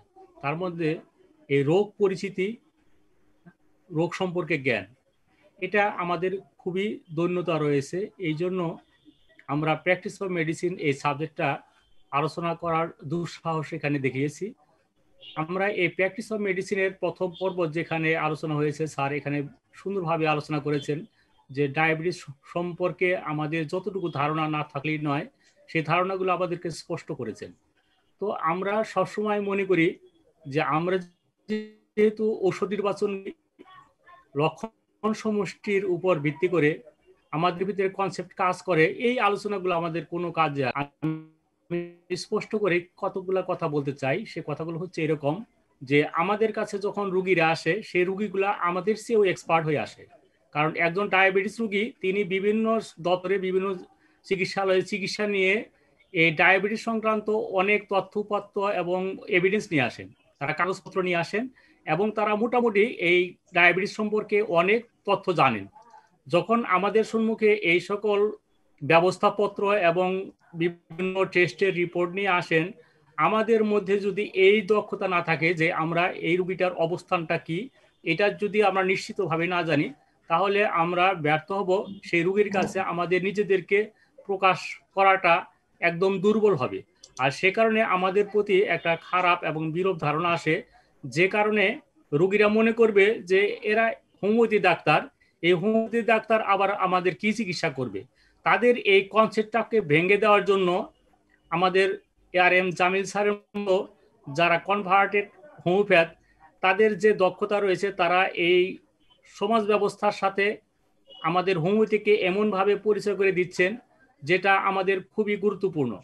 আমাদের হেরিং, আমাদের কেন সাহেব কনভার্টেড হোমিওপ্যাথ, তাদের কাছ থেকে আমরা এই হোমিওপ্যাথির অগ্রযাত্রায় একটা বিরাট বিপ্লব দেখেছি। ঠিক সেই রকম আমাদের বাংলাদেশে হাতে গোনা মাত্র কয়েকজন এলোপ্যাথিক ডাক্তার রয়েছেন যারা কনভার্টেড হয়ে তাদের জীবনে হোমিওপ্যাথিতে এসেছেন। আপনাদের নিশ্চয়ই এর মধ্যে প্রশ্ন জাগতে পারে যে এতগুলা ডাক্তার থাকা সত্ত্বেও আমাদের দেশে কনভার্টেড কেন আসতেছেন না, আর আমাদের জামিল সারবান কেন এই কনভার্টেড হয়ে আমাদের হোমিওপ্যাথির সাথে এত সময় দিচ্ছেন। তিনি কথান্তরে আমার সাথে বলেছিলেন যে আমি রাজপ্রাসাদ থেকে আমি লোকালয়ে নেমে এসেছি, কারণ আমি একজন সরকারি কর্মকর্তা হিসেবে একটা হাসপাতালে যে সার্ভিস দিচ্ছি, বাইরে যদি আমি এর চেয়ে কোন সময় দিতাম এর চেয়ে বেশি বেনিফিট হতাম। আমি কেন আসলাম, ঠিক এই বিষয়টি নিয়ে স্যার কিছু কথা বলবেন। আমাদের ডায়াবেটিস সংক্রান্ত যে কথাগুলা আমাদের প্র্যাকটিস অফ মেডিসিনের দরকার, তার মধ্যে ঔষধ নির্বাচন পদ্ধতি, তারপরে রোগীর ম্যানেজমেন্ট, এ সংক্রান্ত আমরা আলোচনা করলে এরকম অনেক সেশন করাই সম্ভব। যদি আপনাদের সবার খুব আগ্রহ থাকে, আমরা পরবর্তী কয়েকটা সেশন আমরা ইনশাল্লাহ করব। আমরা স্যার কাছে জানতে চাবো এই মুহূর্তে যে স্যার এলোপ্যাথির পাশাপাশি হোমিওপ্যাথিতে আসার যে প্রেরণা এবং তিনি যে শ্রম দিয়ে যাচ্ছেন, যে আমাদের এলোপ্যাথি ডাক্তার এবং হোমিওপ্যাথি ডাক্তারের মধ্যে সেতু বন্ধন হিসাবে আমাদের যে যোগ্যতা গ্রো করা দরকার, সেই বিষয়গুলো স্যার একটু ব্যাখ্যা করে বলবেন। স্যার ধন্যবাদ, প্লিজ। জি ধন্যবাদ ইয়াকুব সাহেব। আসলে প্রশ্নটা অন্য টাইপের হয়ে গেল, মানে আলোচনা ছিল তো ডায়াবেটিস নিয়ে, আমি চাচ্ছি যে ডায়াবেটিসেরই হয়তো কোনো প্রশ্ন আসবে, তো এটা অন্য ফোরামে আলোচনা করতে পারতাম। তো যাই হোক, যেহেতু প্রশ্ন করে ফেলছেন আমি ইন শর্ট একটু বলি। তো এখানে আসলে ম্যাক্সিমাম কনভার্টেড ডাক্তারদের আমি আসার পরে যে ইতিহাস জানলাম, হ্যাঁ আমি এখন তো ডেফিনেটলি আমি হোমিওপ্যাথিতে খুব বেশি অভিজ্ঞতা বলা যাবে না, বাট এখানে অভিজ্ঞতা তাদের যে অন্য ডাক্তারদের যে হিস্ট্রি গুলো শুনলাম, তার সবাই একই রকম চিন্তা ভাবনা, অনেকেই একই রকম চিন্তা ভাবনা থেকে অল্টারনেটিভ মেডিসিনের মধ্যে হোমিওপ্যাথিতে এসেছেন। তো এছাড়া অনেকে আকুপাংচার, হ্যাঁ অনেকের অনেক ডাক্তার আবার ইয়োগা, অনেক ডাক্তার আবার মেডিটেশন, হ্যাঁ অনেকে অনেক ভাবে করছেন, সবগুলো অল্টারনেটিভ মেডিসিনের সায়েন্স, এবং সবারই দিন শেষে এনার্জি বেস, মানে শরীরে যে ভাইটাল ফোর্স আছে এনার্জি, সেটার উপরে ওনারা সবাই ফোকাস করেছেন। তো এবং অনেক বড় বড় ডাক্তার, হ্যাঁ আমি যেমন একটা বই করেছিলাম লাকডিস কিপারের, যে বইটার অনুবাদ ছিল হোমিও শক্তির ইতিবৃত্ত, যার বইটা আমি পড়লাম, উনি হচ্ছে আমেরিকার এমডি করা ডাক্তার, লাকডিস কিপার, রাডা সফটওয়্যারে ওনারই চলে লাকডিস কিপার। তো উনি কেন আসছিলেন, তো সবগুলো বিষয় একই রকমই মোটামুটি ঘটনা, যে আমরা যখন আমাদের প্যাথিতে উত্তর খুঁজে পাই নাই, এবং এই উত্তরের সন্ধানে হ্যাঁ আমরা যখন আমরা একটু সচেতন ছিলাম বা আমরা আগ্রহী ছিলাম, বা যে কারণে হোক আল্লাহ হয়তো মনের দুয়ার খুলে দিয়েছে, আমরা এই সত্য অনুসন্ধান করতে যে উত্তর খুঁজে পেতে যে আমরা দেখলাম যে এখানে খুব সুন্দর উত্তর আছে, স্পেশালি ক্রনিক ডিজিজের ক্ষেত্রে, যেটা আমাদের কনভেনশনাল মেডিসিন গুলোতে নেই। আর আমার ব্যক্তিগত এখানে আমি এই ফোরামে হয়তো সব কথাই বলছি না, যে আমার খুব কাছের মানুষ যে একটা প্রবলেমে ছিল, যেটা অ্যানকাইলোজিং স্পন্ডিলাইটিস, যেটা হচ্ছে একটা সেরোনেগেটিভ আর্থ্রাইটিস, তো যেটার আসলে কোনো ট্রিটমেন্ট ছিল না, এবং পেশেন্ট ওয়াজ ভেরি মাচ কি বলবো যে progressive and deteriorated in that time. So আমার পরবর্তীতে আমি যেটা বললাম যে অন্য সবার মতো মেডিকেল ডাক্তার হিসেবে তো আমি আমার রোগের গভীরতা বা প্রবলেমটা জানতাম, তো আমার মেডিকেল বইগুলোতে কোনো উত্তর ছিল না, আমার প্রফেসরদের কাছে কোনো উত্তর ছিল না।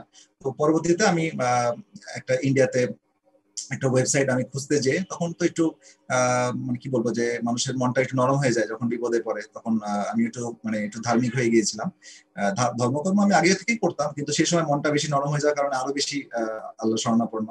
তো সেই সময় কিছু মানে কোরআন হাদিসের বিষয়গুলো একটু পড়তাম, তো সেখানে একটা হাদিস আমার চোখের সামনে আসছিল যে আল্লাহ এমন কোন অসুখ দেয় নাই যেটার কোনো শেফা দেয়নি, হ্যাঁ উত্তর নাই যেটার, তাহলে উত্তর আছে, আমাকে সার্চ করতে হবে।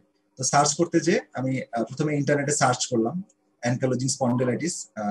তার আগে আমি কারোর কাছে হয়তো শুনেছিলাম, আমার এক্সাক্ট মনে নাই, যে হোমিওপ্যাথিতে এটা ভালো চিকিৎসা আছে, বাট আমি আসলে মানে তখন বিশ্বাস করতাম না, বা আমার লেভেলে যারা ছিল তখন তারা ডেফিনেটলি আমাদের কলেজগুলো বা মেডিকেল কলেজগুলোতে এগুলো আসলে খুব নেগেটিভ ভাবেই প্রকাশ করা হতো, বলা হতো যে এটার মধ্যে স্টেরয়েড দেওয়া থাকে, হ্যাঁ এগুলা সাময়িক ভাবে একটু করে একটু ভালো করে, তারপরে রোগীর অনেক লিভার ফেল করে, কিডনি ফেল করে, এইসব বলা হতো। আমরা ওইগুলো শিখতাম স্যারদের কাছ থেকে, আমরা রোগীদেরকে বকাঝকা করছি, আমারও মনে আছে।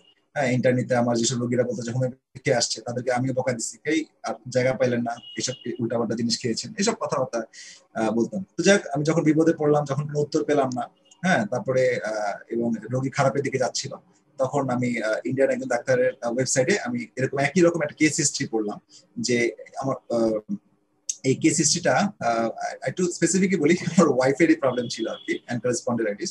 সো এটা খুব একটা ফ্যামিলি প্রেশার ছিল পার্সোনালি। তো পরবর্তীতে আমি কেস হিস্ট্রি দেখলাম যে একই রকম কেস সেখানে ভালো হয়ে গেল। তো পরবর্তীতে আমি এখানে ঢাকায় আমার মালিবাগের ডাক্তার আলী আহমেদ উনি মারা গিয়েছেন।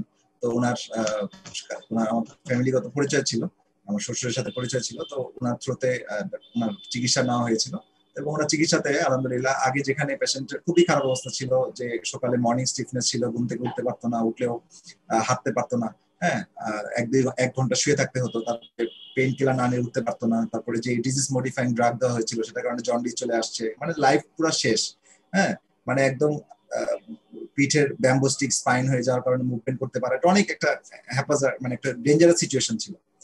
তো পরবর্তীতে সেই ওষুধ তাকে মানে উনি প্রেসক্রাইব করলেন ডাক্তার আলী আহমেদ।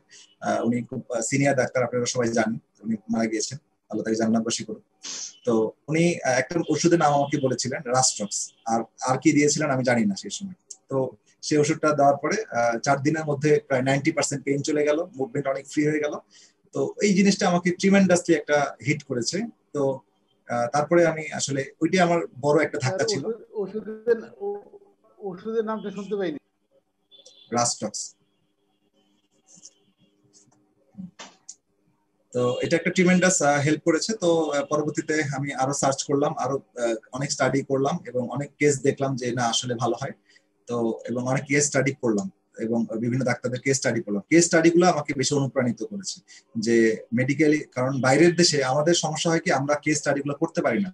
আপনি তখন দেখবেন যে ডক্টর রাজন শঙ্করন বলেন বা ডক্টর এইচপ্যাথি ওয়েবসাইট hpathy.com এ আপনি পাবেন, ওখানে অনেক কনভার্টেড ডাক্তার বা ইন্ডিয়া হোক বা বাইরে হোক, ওরা অনেক কনভার্টেড ডাক্তার আছে এবং ওদের যে হোমিওপ্যাথ ওদের কোয়ালিটি কিন্তু অনেক হাই। ওরা অনেকে এমবিবিএস করার পরে কনভার্ট, অনেকে এমডি করার পরে কনভার্ট। তো যে কারণে তাদের যে কেস প্রেজেন্টেশন গুলো থাকে সেই জিনিসগুলো আমাকে হিট করতে সুবিধা হয়েছে। সাপোজ একজন যদি এমন ভাবে বলতো যে আমি এটা ভালো করে ফেলছি, ওটা ভালো করে ফেলছি, সেটা কিন্তু আমাকে ওভাবে কোনো ইন্সপায়ার করতো না। কিন্তু তারা যেভাবে মেডিকেলি যেভাবে প্রেজেন্ট করেছেন, যেভাবে কেসগুলোকে সুন্দর করে প্রেজেন্ট করে, আমরা যেভাবে করি একইভাবে প্রেজেন্ট করে, সাথে সেখানে হোমিওপ্যাথিক ট্রিটমেন্টটা এখানে তুলে ধরেন, ঠিক আছে। তো এই জিনিসগুলোকে আকৃষ্ট করে বা বিশ্বাসটা গ্রো করতে সাহায্য করে। আমাদের কেসটা এভাবে প্রেজেন্ট করা উচিত। তো এইভাবে কেস একটা কেস স্টাডি পড়তে করতে এবং তারপরে আমি নিজে বাসায় কিছু ওষুধ নিয়ে আসলাম। এটা অনেকদিন আগের কথা, 2008-9 কথা।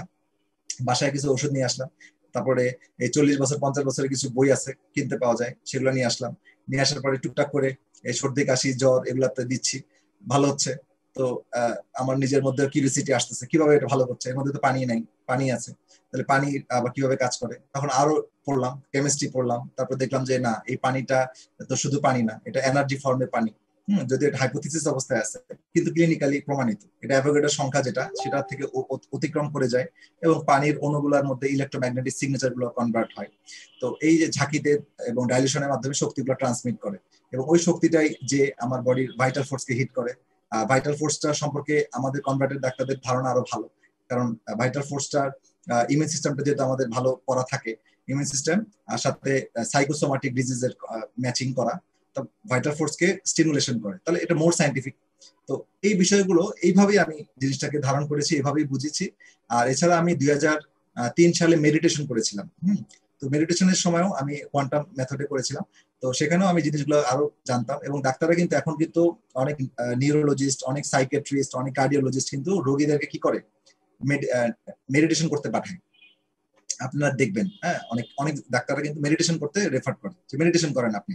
তাহলে ডাক্তাররা কেন মেডিটেশন যদি করতে দেয়, তাহলে হোমিওপ্যাথি দিতে সমস্যা কোথায়? কারণ একই তো জিনিস, মেডিটেশন করলে কি হয়, পজিটিভ ফিডব্যাক দিচ্ছে। আমি একটা ধ্যান করে পজিটিভ ফিডব্যাক দিয়ে একটা পজিটিভ এনভায়রনমেন্ট তৈরি করে ওই এনার্জি লেভেলকে টাচ করতেছে।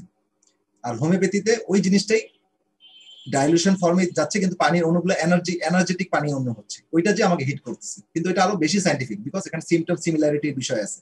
কিন্তু মেডিটেশনে ওই সিমটম সিমিলারিটি বিষয় নেই, সেখানে পজিটিভ কমান্ড। আবার আকুপাংচার, যে জিনিসটা আমি অতটা ভালো বুঝি না, এখানে যদি আমাদের শ্রদ্ধেয় শেখ ফারুক গেলাই স্যার থাকতেন, উনি আরো ভালো বলতে পারতেন। ওনার কাছে আমি অনেক পেশেন্ট আগে রেফার করতাম, বিকজ উনিও কনভার্টেড হোমিওপ্যাথ ছিলেন, ওনার ঠিকানাটা দিয়েছিলেন। তো এইভাবে আমি হোমিওপ্যাথিতে 2007 সালের পর থেকে আমার পদচারণা 7, 8, 9, 10 এইভাবে এগিয়ে আসছি।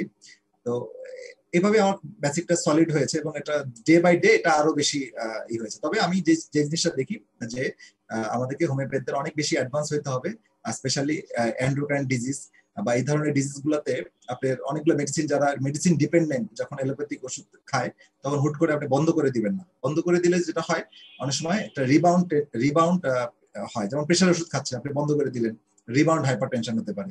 থাইরয়েডের ওষুধ খাচ্ছে আপনি হুট করে বললেন যে না এগুলা খাইলে আমার হোমিও ওষুধ খাওয়া যাবে না, তখন থাইরয়েডে সে থাইরয়েড ক্রাইসিসের মধ্যে চলে যেতে পারে। হ্যাঁ, এটা থাইরয়েড স্টর্ম বলে, স্টর্মে চলে যায়, রোগী মারাও যেতে পারে। ডায়াবেটিসের রোগীরে আপনি হুট করে আপনার না বুঝে, প্যাথোলজি না বুঝে আপনি বলেন যে এই ওষুধগুলো খাওয়া যাবে না, সেগুলো তখন কিন্তু রিপোর্ট ডেকে আনে। ঠিক আছে, তাহলে এই জন্য এই বিষয়গুলোতে যতটুকু সম্ভব আমাদেরকে পড়তে হবে। যেটা ইয়াকুব সরকার সাহেব ভালো করে বললেন, রোগীরা আমাদের কাছে আসার আগে কিন্তু অনেক প্রফেসর ঘুরে আসে। তো মনে করেন বড় বড় প্রফেসর, ঢাকা মেডিকেলের প্রফেসর, পিজি হাসপাতালের প্রফেসর, বড় বড় প্রফেসর ঘুরে আসার পরে আমার কাছে যখন আসলো, তখন আমার কথার সাথে আমাকে তো রোগীটাকে কনভিন্স করতে হবে। কনভিন্স মানে মিথ্যা কনভিন্স আমরা করি না, আমরা সত্য কনভিন্সই করবো। কিন্তু আমার রোগীর অ্যানাটমি ফিজিওলজি তো ডাক্তার ভেরি হবে না, তাই না? অ্যানাটমি ফিজিওলজি প্যাথোলজি তো সবার কাছে এক, এটা তো মেডিকেলের সায়েন্স, এটা তো সবার জন্য এক। ট্রিটমেন্টে যে আমরা আলাদা হয়ে যাচ্ছি, আমার হোমিওপ্যাথিক প্রিন্সিপাল একরকম, আমার এলোপ্যাথিক প্রিন্সিপাল একরকম, আমার আকুপাংচারের প্রিন্সিপাল একরকম, সেখানে আলাদা হচ্ছে, কিন্তু আমার মেডিকেল সায়েন্স তো এক আছে, সবার জন্য এক। তো সেই প্ল্যাটফর্ম তো অন্তত আমরা এক থাকতে পারি এবং সেভাবে কথা বলে রোগীরাও কিন্তু আশ্বস্ত হয়। হ্যাঁ, রোগীরাও বুঝতে পারে, অন্তত সাধারণ নলেজের ক্ষেত্রে যেন আমরা গাফিলতি না করি নেওয়ার ক্ষেত্রে। তাহলে যেটা হবে কি, রোগীদের আস্থা কিন্তু আমরা অর্জন করতে পারবো না, বা আমাদের প্র্যাকটিস কিন্তু আমরা বাড়াইতে পারবো না, বা স্ট্যান্ডার্ডাইজেশনে যেতে পারবো না। ঠিক আছে, এই মেসেজগুলাই আমার সবার কাছে দেওয়া উদ্দেশ্য, বা এই উদ্দেশ্যে আমি কিছু কাজ করে যাচ্ছি। যেটা আমি আসলে দেখেছি, যেটার কারণে আমি অ্যানাটমি ফিজিওলজি একটা কোর্স করেছি। প্রথম দিকে স্টুডেন্ট অনেক কম ছিল, এখন ফেসবুকে একটু কথা বলি বা ইউটিউবে একটু কথা বলার কারণে কিছু কিছু মানুষ চিনে, বা আপনারা যারা আমার সাথে প্রথম দিকে ছিলেন তারা হয়তো একজনকে বলছেন। তো এইভাবে জিনিসগুলো একটু প্রচার পাচ্ছে। তো যাই পাক, যতটুকু আমি আমার একার পক্ষে যতটুকু সম্ভব, যতটুকু সময় আমি পাই কাজের ফাঁকে, তো সেটা আমি চেষ্টা করছি। আর এখন তো হোমিওপ্যাথি প্র্যাকটিসই করছি, চাকরির পাশাপাশি আমার টোটাল প্র্যাকটিসটা এখন হোমিওপ্যাথি। তো এখানে আলহামদুলিল্লাহ আমি মেন্টাল স্যাটিসফ্যাকশন পাচ্ছি, কারণ স্পেশালি অটোইমিউন ডিজিজ, রিমাটিড ডিজিজ, হ্যাঁ, তারপরে আপনার এই বাচ্চাদের অ্যাজমা, তারপর যে কোনো হোক, যেটা যে প্রবলেম হোক, বা এগুলা তো আসলে লং লাস্টিং কিউর দিতে পারা উইদাউট সাইড ইফেক্ট, এটা একটা বড় প্রাপ্তি। এবং এটার জন্য আসলে মানে একজন ডাক্তারকে চিকিৎসক হওয়া মানে হতে হয় মানুষকে, যেটা হ্যানিম্যান প্রথম কথাই বলছে, র্যাপিড পার্মানেন্ট এন্ড জেন্টাল কিউর। এই কথাটার গভীরতা অনেক অনেক অনেক গভীর, এই কথাটা অনেক গভীর। তো এটা হচ্ছে বিষয়। তো যাক, আমার এই কথাটা আসলে মানে এই ফোরামে কেমন হলো বিষয়টা জানি না, যেহেতু ইয়াকুব সাহেব প্রশ্নটা করলেনই। ধন্যবাদ স্যার। আমার আরো কিছু প্রশ্ন আছে স্যার, যেহেতু স্যার সুযোগ পাইছি, সবসময় স্যার সুযোগ পাই না, আপনি কষ্ট করবেন না, আমি কিছু কথা বলবো স্যার, আমি কিছু কথা বলবো। আমরা ডায়াবেটিস নিয়ে থাকি, ডায়াবেটিস কি কিছু কথা বলবো, যে কথাগুলো আমাদের, যেহেতু আপনাকে সবসময় পাওয়া যাবে না, যে কথাগুলো আমাদের সবচেয়ে গুরুত্বপূর্ণ, যেটা আমাদের ইনফ্লুয়েন্স করে, যেগুলা আমাদেরকে সব চিকিৎসা ক্ষেত্রে, শুধু ডায়াবেটিস নয়, আপনি হয়তো ডায়াবেটিস নিয়ে আর কোন সেশন পাবো কিনা আপনাকে জানি না, তো আপনাকে বিশেষ কিছু মেসেজ আমাদেরকে দিতে হবে। সেই মেসেজটা আমি আমার পক্ষ থেকে শুধু বলে নেই, এরকম যে যখন কেউ গল্প বলে, যে গল্পটা সে ভালো জানে সেই গল্পটাই বলে। একটা সাধারণ আমাদের টাঙ্গাইলে একটা প্রচলিত গল্প আছে, যে মা এবং মেয়ে এবং তার খালা তিনজনে এখানে বসে গল্প করতেছে। তো মা বলতেছে যে বিভিন্ন সংসারে আলোচনা করতেছে, সেটা মেয়ের পছন্দ না। আর তার খালা আলোচনা করতেছে তার বিয়ে নিয়ে আলোচনা, এটা মেয়ের খুব পছন্দ। এই জন্য বলতেছে, মা তুমি বন্ধ করো, খালার কথাটাই শুনি। তো আমাদের আজকের সবচেয়ে আপনার কথাই সবাই শুনতে চাবে, তো আমি কিছু নিজের কথা বলছি, যে কথাগুলো সবারই কাজে লাগবে, যেহেতু এই কথাগুলো সবাই স্যার আপনার সাথে ইন্টারাকশন করা সম্ভব হবে না। কারণ আমার কাছে এরকমই মনে হয়েছে যে বর্তমান চিকিৎসা ব্যবস্থার মধ্যে সবচেয়ে বেশি গুরুত্বপূর্ণ বিষয় হচ্ছে, সেটা হলো হোলিস্টিক চিকিৎসা ব্যবস্থা। আমরা ডাক্তার হিসাবে আমাদের যে জ্ঞান, সেই জ্ঞান দ্বারা আমরা আমাদের পপুলারকে, আমাদের জনসমষ্টিকে সচেতন করব, নিজেরা নিজেদের সচেতনতা দিয়ে নিজেদেরকে তৈরি করবেন, যে কারণে তারা সুস্থ থাকবেন। এটাই আমাদের কাজ। স্বাস্থ্য সংরক্ষক হিসাবে আমাদের অর্গানোলজি মেডিসিনে এটার বিষয়ে অনেক তাগিদ দেওয়া হয়েছে। ঠিক এই বিষয়ে যদি আমরা একজন বিজ্ঞ এবং পরিচিত এবং সম্মানীয় ব্যক্তির মুখ থেকে এই মানে কথাগুলো শুনি, তাহলে আমরা খুবই উদ্বুদ্ধ হই। আপনাদের মুখ দিয়ে যদি আমরা শুনি যে আমরা এই হোমিওপ্যাথি যারা করছি তারা অনেক ভালো করতেছি, এবং এই হোমিওপ্যাথির মধ্যে যারা আপনার এই কনসেপ্টগুলা নিজেদের মধ্যে ধারণ করবে, ঠিক ওই ধারণকৃত কথাগুলো যদি তারা সমাজের ব্যবস্থার মধ্যেও ছড়িয়ে দেন, তাহলে আমাদের এই সমাজ ব্যবস্থার মধ্যেও একটা সচেতনতা আসবে। ঠিক এই সচেতনতার ক্ষেত্রে আপনার এই যে আজকের আলোচনাটা, এই আলোচনার মধ্যে আপনি স্পষ্টতই বলেছেন যে আমাদের খাদ্য অভ্যাসের মধ্যে যে পরিবর্তন, আমাদের যে ডায়াবেটিস হওয়ার ক্ষেত্রে যে সকল জিনিসগুলো আমাদের ফ্যাক্টর, সেই ফ্যাক্টর যদি আমাদের চোরকে যদি আমরা চিনতে পারি, চোর ধরা সোজা হয়। ঠিক আমরা যেহেতু আজকে ডায়াবেটিসের নতুন কনসেপ্টের কথা বলেছি, আমাদের সমাজ ব্যবস্থার মধ্যে এমন একটা কথা আছে যে যত ভালো কথাই হোক, প্রথম কথাটা মানুষ গ্রহণ করতে চায় না, এবং সেটার ক্ষেত্রে মানুষ নাক ছিটকায়। আমি গত দিনগুলোতে এই যে নতুন কনসেপ্টগুলো নিয়ে কথা বলতেছিলাম, আমি বলেছিলাম যে এই জিনিসটা যে কতটুকু গুরুত্বপূর্ণ সেটা বুঝতে পারবেন এখন, হয়তো বা তিরস্কার করা হবে, হয়তো বলা হবে যেটা ঠিক না। পৃথিবীতে যত নতুন কথা এসেছে যখনই কেউ শুরু করেছেন, তাদেরকে মানুষ পাগল বলেছে, তাদের ধিক্কার দিয়েছে, বিভিন্নভাবে প্রতিবন্ধকতা সৃষ্টি করেছে। এই যে একটা নতুন কনসেপ্ট যে আমরা ডায়াবেটিসকে একদম কিউর করব এবং ডায়াবেটিসকে জয় করব, এই নয়, আগামী 10 বছরের মধ্যে আমরা ডায়াবেটিস মুক্ত পৃথিবী দেখতে চাই। এই কনসেপ্টটা নিয়ে আপনি একটু কথা বলবেন, এই সমাজ ব্যবস্থাকে কি মেসেজ দিবেন স্যার, সেই মেসেজটা দিবেন, এই আশা করি। আমার কথা শেষ করছি স্যার, আপনি শেষ করে দিবেন। ধন্যবাদ স্যার। আচ্ছা, ধন্যবাদ। আমি শেষের কথা বলবো। তো আমি কিছু প্রশ্ন নিতে চাই। আপনাদের অনেকেই দেখতে পাচ্ছেন যে আছেন, তো আপনাদের স্যার আসসালামু আলাইকুম। আমি একটা কথা বলতে চাই। জি, স্যার প্রশ্ন করেন।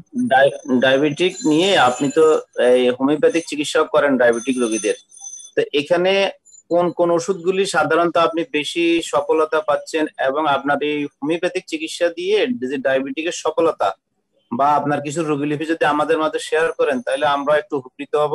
কোন কোন ওষুধগুলিতে বেশি উপকার আসতেছে, কোন কোন ওষুধের লক্ষণগুলি বেশি পাচ্ছেন, এবং কোন ওষুধগুলি দিয়ে আপনি চিকিৎসা করে সফলতা পাচ্ছেন, আমাদেরকে যদি ওই ওষুধগুলি দিয়ে একটু ধারণা দিতেন তাহলে আমরা বেশি উপকৃত হইতাম। ধন্যবাদ স্যার। আসসালামু আলাইকুম।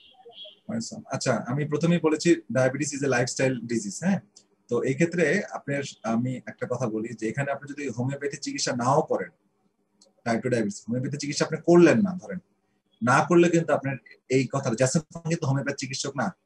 হ্যাঁ, তো উনি কিন্তু জাস্ট ওইটা না করেও কিন্তু আপনার রেজাল্ট কিওরের কথা বলছেন, ঠিক আছে। কিন্তু আমরা হোমিওপ্যাথি যদি এখানে অ্যাপ্লাই করতে পারি, সিমটম সিমিলারিটি বা প্যাথোলজির সাথে ম্যাচিং করে যেটি হোক, তো সেক্ষেত্রে আমাদের সাফল্যের হারটা আরো বাড়বে এবং সময়টা কম লাগবে, সেটা আমরা বলতেই পারি।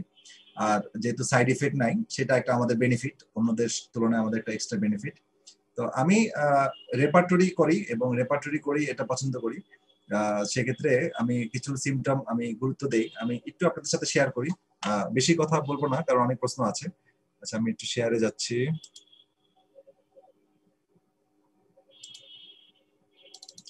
আচ্ছা, আমি সফটওয়্যার বেস কথা বলি। সফটওয়্যারের মধ্যে আপনারা দেখেন, সফটওয়্যারটা দেখতে পাচ্ছেন তাই না? ওকে, ক্লিনিক্যাল রেপার্টরি যেহেতু ডায়াবেটিস নিয়ে অনেকগুলো দেওয়া আছে, হ্যাঁ, রুব্রিক দেওয়া আছে। তো আপনি প্রথমে পেশেন্টের হিস্ট্রি তো আমরা নেই, হিস্ট্রি নেওয়ার মধ্যে এখানে দেখবেন যে অনেকগুলো বিষয় আমরা এখানে পাচ্ছি। যদি আমরা ডায়াবেটিস রোগীটার যদি ইউরিন ডায়াবেটিস, সুগার, গ্যাস্ট্রোহেপাটিক অরিজিন মানে তার খাবার, স্টমাক এবং আমার লিভার, এখানে যদি আমার হয়, যেমন ফ্যাটি লিভার আছে, হ্যাঁ, তারপরে হচ্ছে আপনার ইনসুলিন রেজিস্ট্যান্সের কথা, এখানে আপনি এই কথাটা বুঝতে গেলে কিন্তু টোটাল মেডিকেল সায়েন্সটা বুঝতে হবে। এখানে গ্যাস্ট্রোহেপাটিক অরিজিন মানে কি? গ্যাস্ট্রোহেপাটিক অরিজিন মানে হচ্ছে আপনার স্টমাক এবং লিভারের ডিসঅর্ডারের কারণে আপনার ব্লাডের সুগারটা বেশি। তার মানে কি লিভারে মেবি ফ্যাটি লিভার আছে, কারণ ইনসুলিন রেজিস্ট্যান্স ফ্যাটি লিভারের সাথে সম্পর্কিত। তাহলে ফ্যাটি লিভার থাকবে, সাথে স্টমাকের প্রবলেম, স্টমাকে একটা আলসার হতে পারে, স্টমাকে অন্য যে কোনো প্রবলেম হতে পারে, স্টমাকের প্রবলেম উইথ আপনার এই লিভারের প্রবলেম, এই দুইটা আছে, সাথে আপনার ইউরিনে ব্লাড সুগার যাচ্ছে, সেক্ষেত্রে আপনি 12টা মেডিসিন আসতেছে। তো মেডিসিন আসতেছে, আর দেখবেন সবগুলো মেডিসিনের মধ্যে কমন কিছু মেডিসিন, খুব ডায়াবেটিক স্পেসিফিক মেডিসিন। একটা হচ্ছে আপনার ইউরেনিয়াম মেটালিকাম, ইউরেনিয়াম নাইট্রেট, হ্যাঁ, ইউরেনিয়াম গ্রুপের এই মেডিসিন গুলো খুব ব্যবহৃত হয়। তো এটা দিলাম, এটা দেওয়ার পরে তারপরে রোগী যদি আমরা কনস্টিটিউশনাল কিছু সিমটম পাই, সেটা ম্যাচিং করে আমরা দিই। হ্যাঁ, আর আরেকটা বিষয় হচ্ছে যে আপনার যখন আপনার কনস্টিটিউশনাল চিকিৎসা করবেন, কনস্টিটিউশনাল চিকিৎসা করতে গেলে এখানে ডায়াবেটিসের জন্য আলাদা চিকিৎসা হবে না। কনস্টিটিউশনাল চিকিৎসা করতে গেলে আপনি রোগীটার যে কনস্টিটিউশন আমরা দেখি, হ্যাঁ, আমরা যেভাবে রোগী লিপি করি, হ্যাঁ, যে তার সাইকিয়াট্রিক প্রবলেম কি, তার মানসিক ভালো লাগা, খারাপ লাগা, রাগ, দুঃখ, হ্যাঁ, যে বিষয়গুলো, এটা আমরা ডিটেলস নেই। তার জেনারেল ফিজিক্যাল জেনারেল সিমটম, এগুলো খুব গুরুত্বপূর্ণ। তার ঘাম কেমন হয়, তার পেশাব পায়খানা কেমন, হ্যাঁ, তারপরে তার আর কি বলি, তার ক্রেভিং, হ্যাঁ, তার কি কিসে পছন্দ কিসে অপছন্দ, তারপরে এই ধরনের যে বিষয়গুলো, হ্যাঁ, তারপর সময়, দিনের কোন সময়টা তার বেশি ভালো লাগে খারাপ লাগে, এগুলো নিয়ে যে টোটালিটি করা হয় সেটাকে বেশি প্রাধান্য দেওয়া হয়। আর ডায়াবেটিসের সাথে আরো কিছু সিমটম আসে, যেমন ডায়াবেটিস হলে আমাদের রোগীদের কিছু কমপ্লিকেশন হয়, তো সেই অনুযায়ী আপনার কিছু রুব্রিক পাবেন, এবং এটাও আমি ব্যবহার করি। যেমন ডায়াবেটিসের সাথে যদি ডেবিলিটি থাকে, ডেবিলিটি মানে কি? ডেবিলিটি মানে হচ্ছে আপনার শরীর প্রচন্ড দুর্বল, উইক, হ্যাঁ, সেখানে ওপিয়াম এবং অ্যাসিটিক অ্যাসিডাম এই মেডিসিন গুলো আসে। কিন্তু এগুলাকে টোটালিটি অফ সিমটম করার পরে যদি টোটালিটি সিমটমের সাথে ম্যাচিং হয়ে যায় তাহলে তো সোনায় সোহাগা। আর যদি এমন সময় ডায়াবেটিস রোগী আমরা যখন অনেক সিমটম আমরা পাবো না, জোর করে তো আমরা রোগীর কাছে সিমটম নিতে পারবো না যদি আমরা না পাই।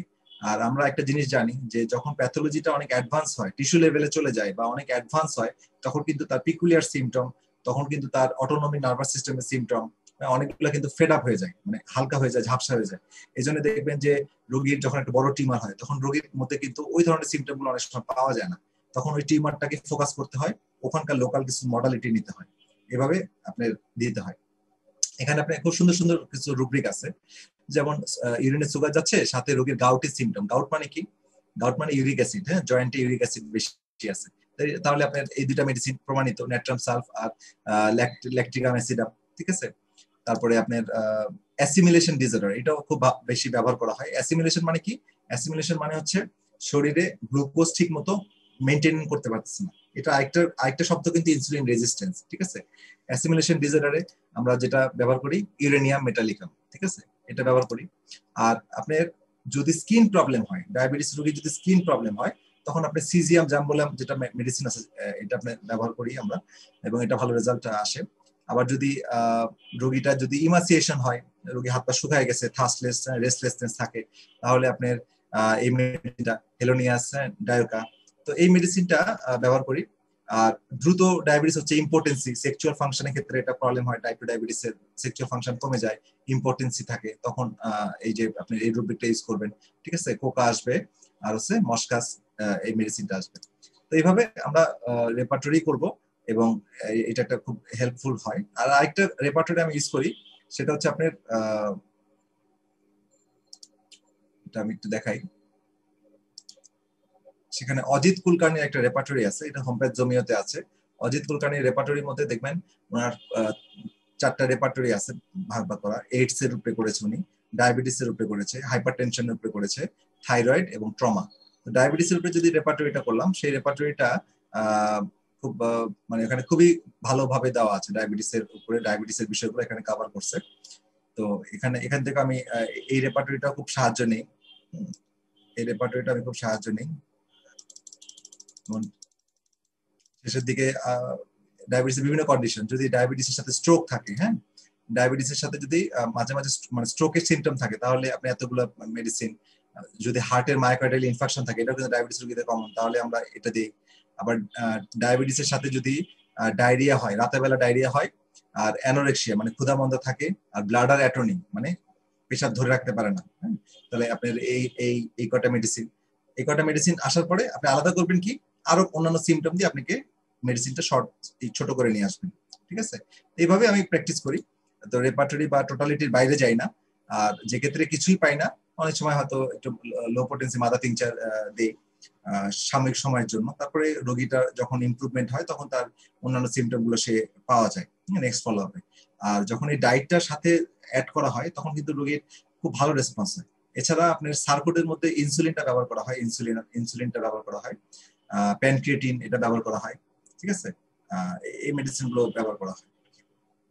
জি, ধন্যবাদ।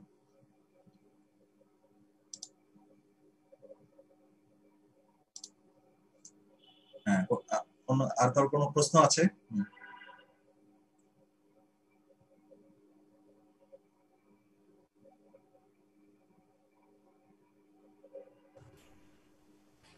হ্যালো, জি, হ্যাঁ, আমি আব্দুল হাকিম বলছি। জি, আপনার পুরো বক্তৃতাটা শুনলাম। এখানে কনভেনশনাল যে সিস্টেম, মানে আমাদের যে ডায়েট নিয়ে যে কথাবার্তাগুলো আছে সাধারণত যেগুলো আমরা ফলো করি, তার বাইরে থেকে কিছু কথাবার্তা বলা হয়েছে, যেগুলো বর্তমান কনসেপ্ট বলবো না, আমাদের নলেজের সঙ্গে কন্ট্রাডিক্ট করছে। বিশেষ করে যে ফ্যাটি ফুডের কথাগুলো বলা হলো, ফ্যাট ওরিয়েন্টেড কথাগুলো বলা হয়েছে সেগুলো।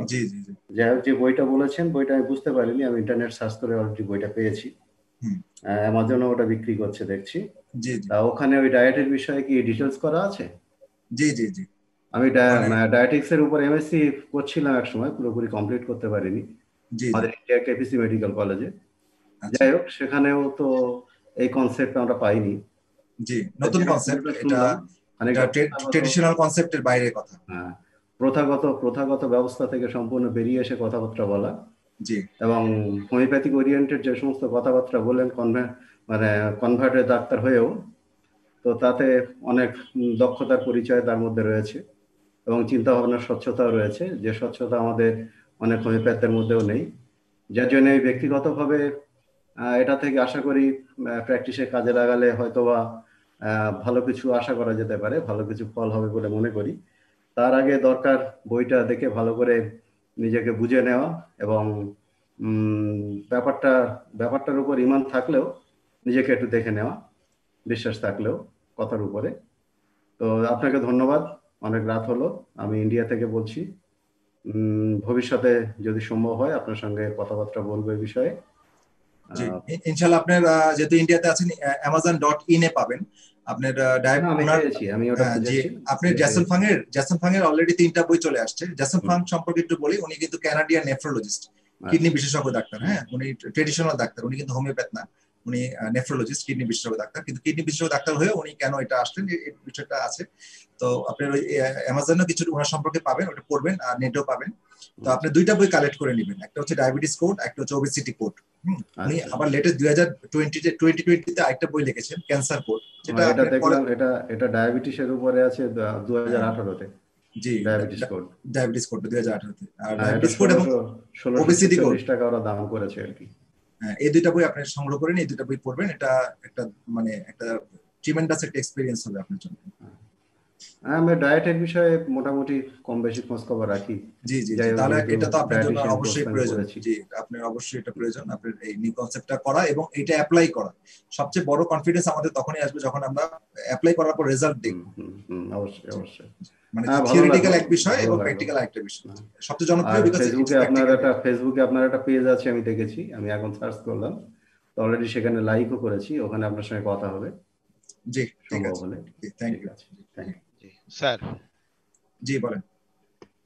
অতি সম্প্রতি একটা ইয়েতে দেখা যাচ্ছে যে গবেষণায় অ্যান্টাসিড গ্যাস্ট্রাইটিসের ক্ষেত্রে বিভিন্ন রকমের অ্যান্টাসিড গুলো ডায়াবেটিস সৃষ্টি করছে।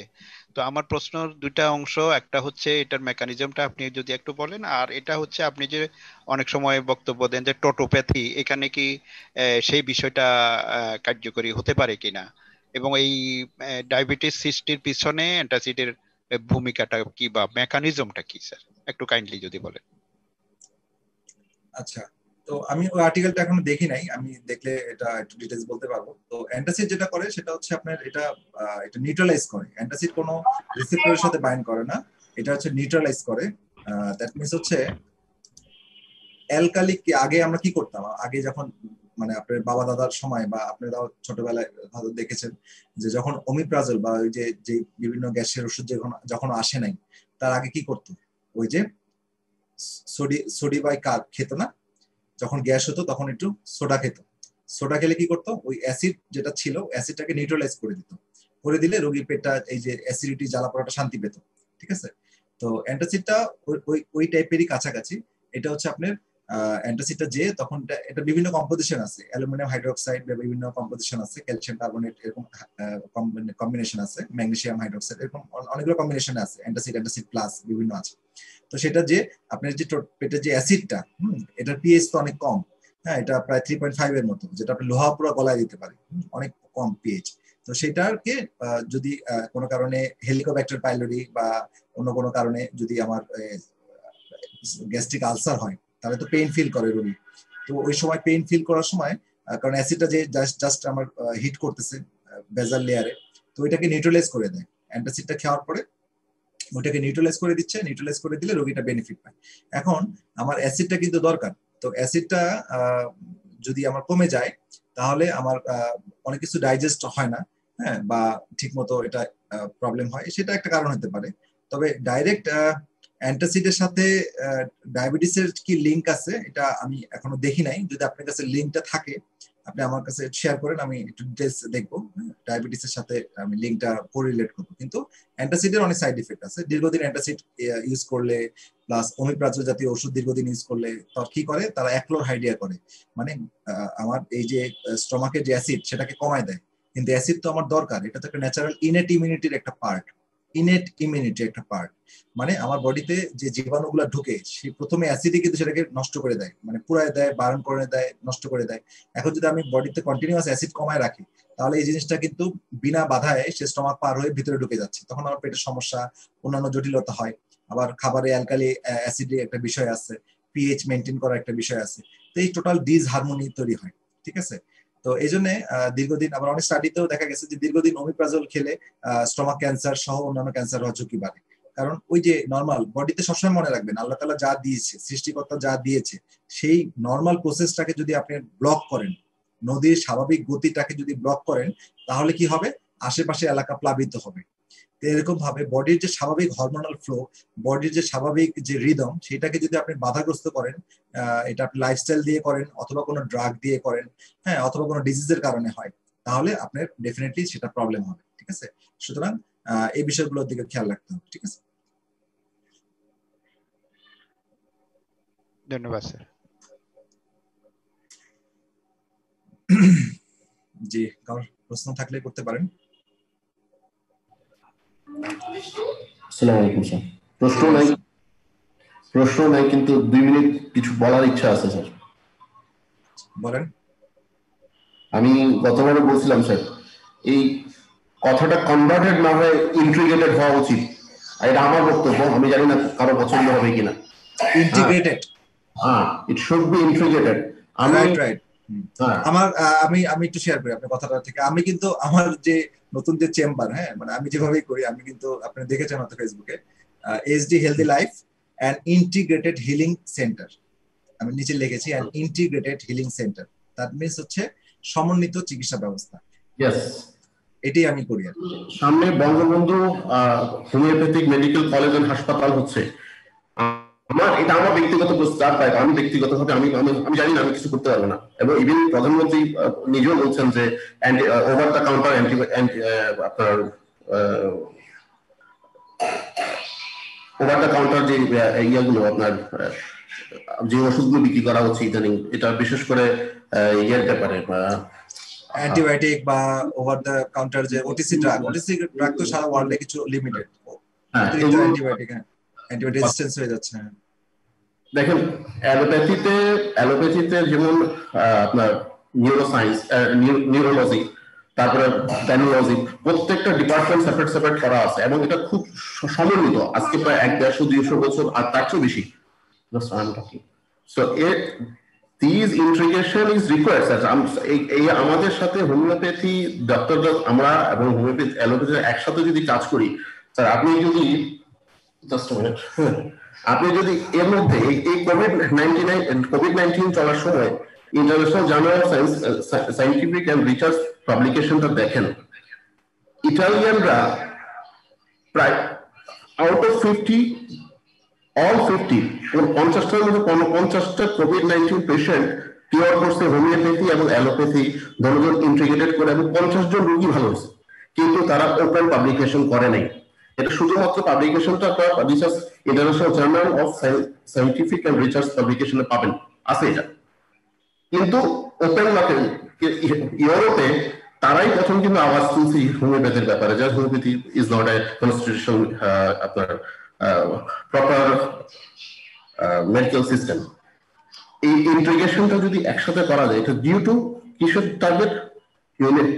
ম্যানকাইন্ডের জন্য, মানবতার জন্য, মানুষকে বাঁচানোর জন্য। প্রত্যেক ডাক্তারেরই টার্গেট থাকে, সেটা অ্যালোপ্যাথি হোক, হোমিওপ্যাথি হোক, আয়ুর্বেদ হোক এবং আপনার এই ইয়োগা হোক, সবারই টার্গেট কিন্তু একটাই, সেটা হচ্ছে যে মানুষকে ভালো রাখা, মানুষের উপকার করা। রাইট।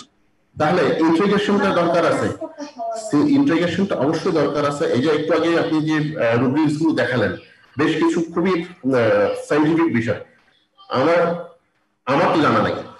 আমি একজন হোমিওপ্যাথ হিসেবে আমার তো ওই টার্মটা জানা নাই, আপনার জানা আছে।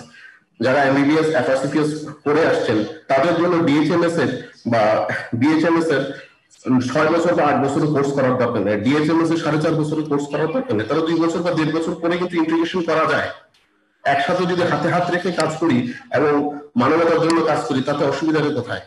এটা রয়্যাল হোমিওপ্যাথিক লন্ডন কলেজে ওই সিস্টেমটা আছে। ওরা হোমিওপ্যাথি পড়তে গেলে আপনি এমবিবিএস থাকতে হবে অথবা রেজিস্টার্ড নার্স হইতে হবে, মেডিকেল, তারপর আপনি পড়তে পারেন 2 বছর। আমার তো ফ্রেন্ড সার্কেল আছে যারা হোমিওপ্যাথি যদি আপনি স্পেশালাইজেশন হিসেবে নিতে চান, আপনি you have to be MD, আপনাকে আগে এমবিবিএস ডিগ্রি অর্জন করে এসে তারপর আপনি হোমিওপ্যাথিতে আসতে পারবেন।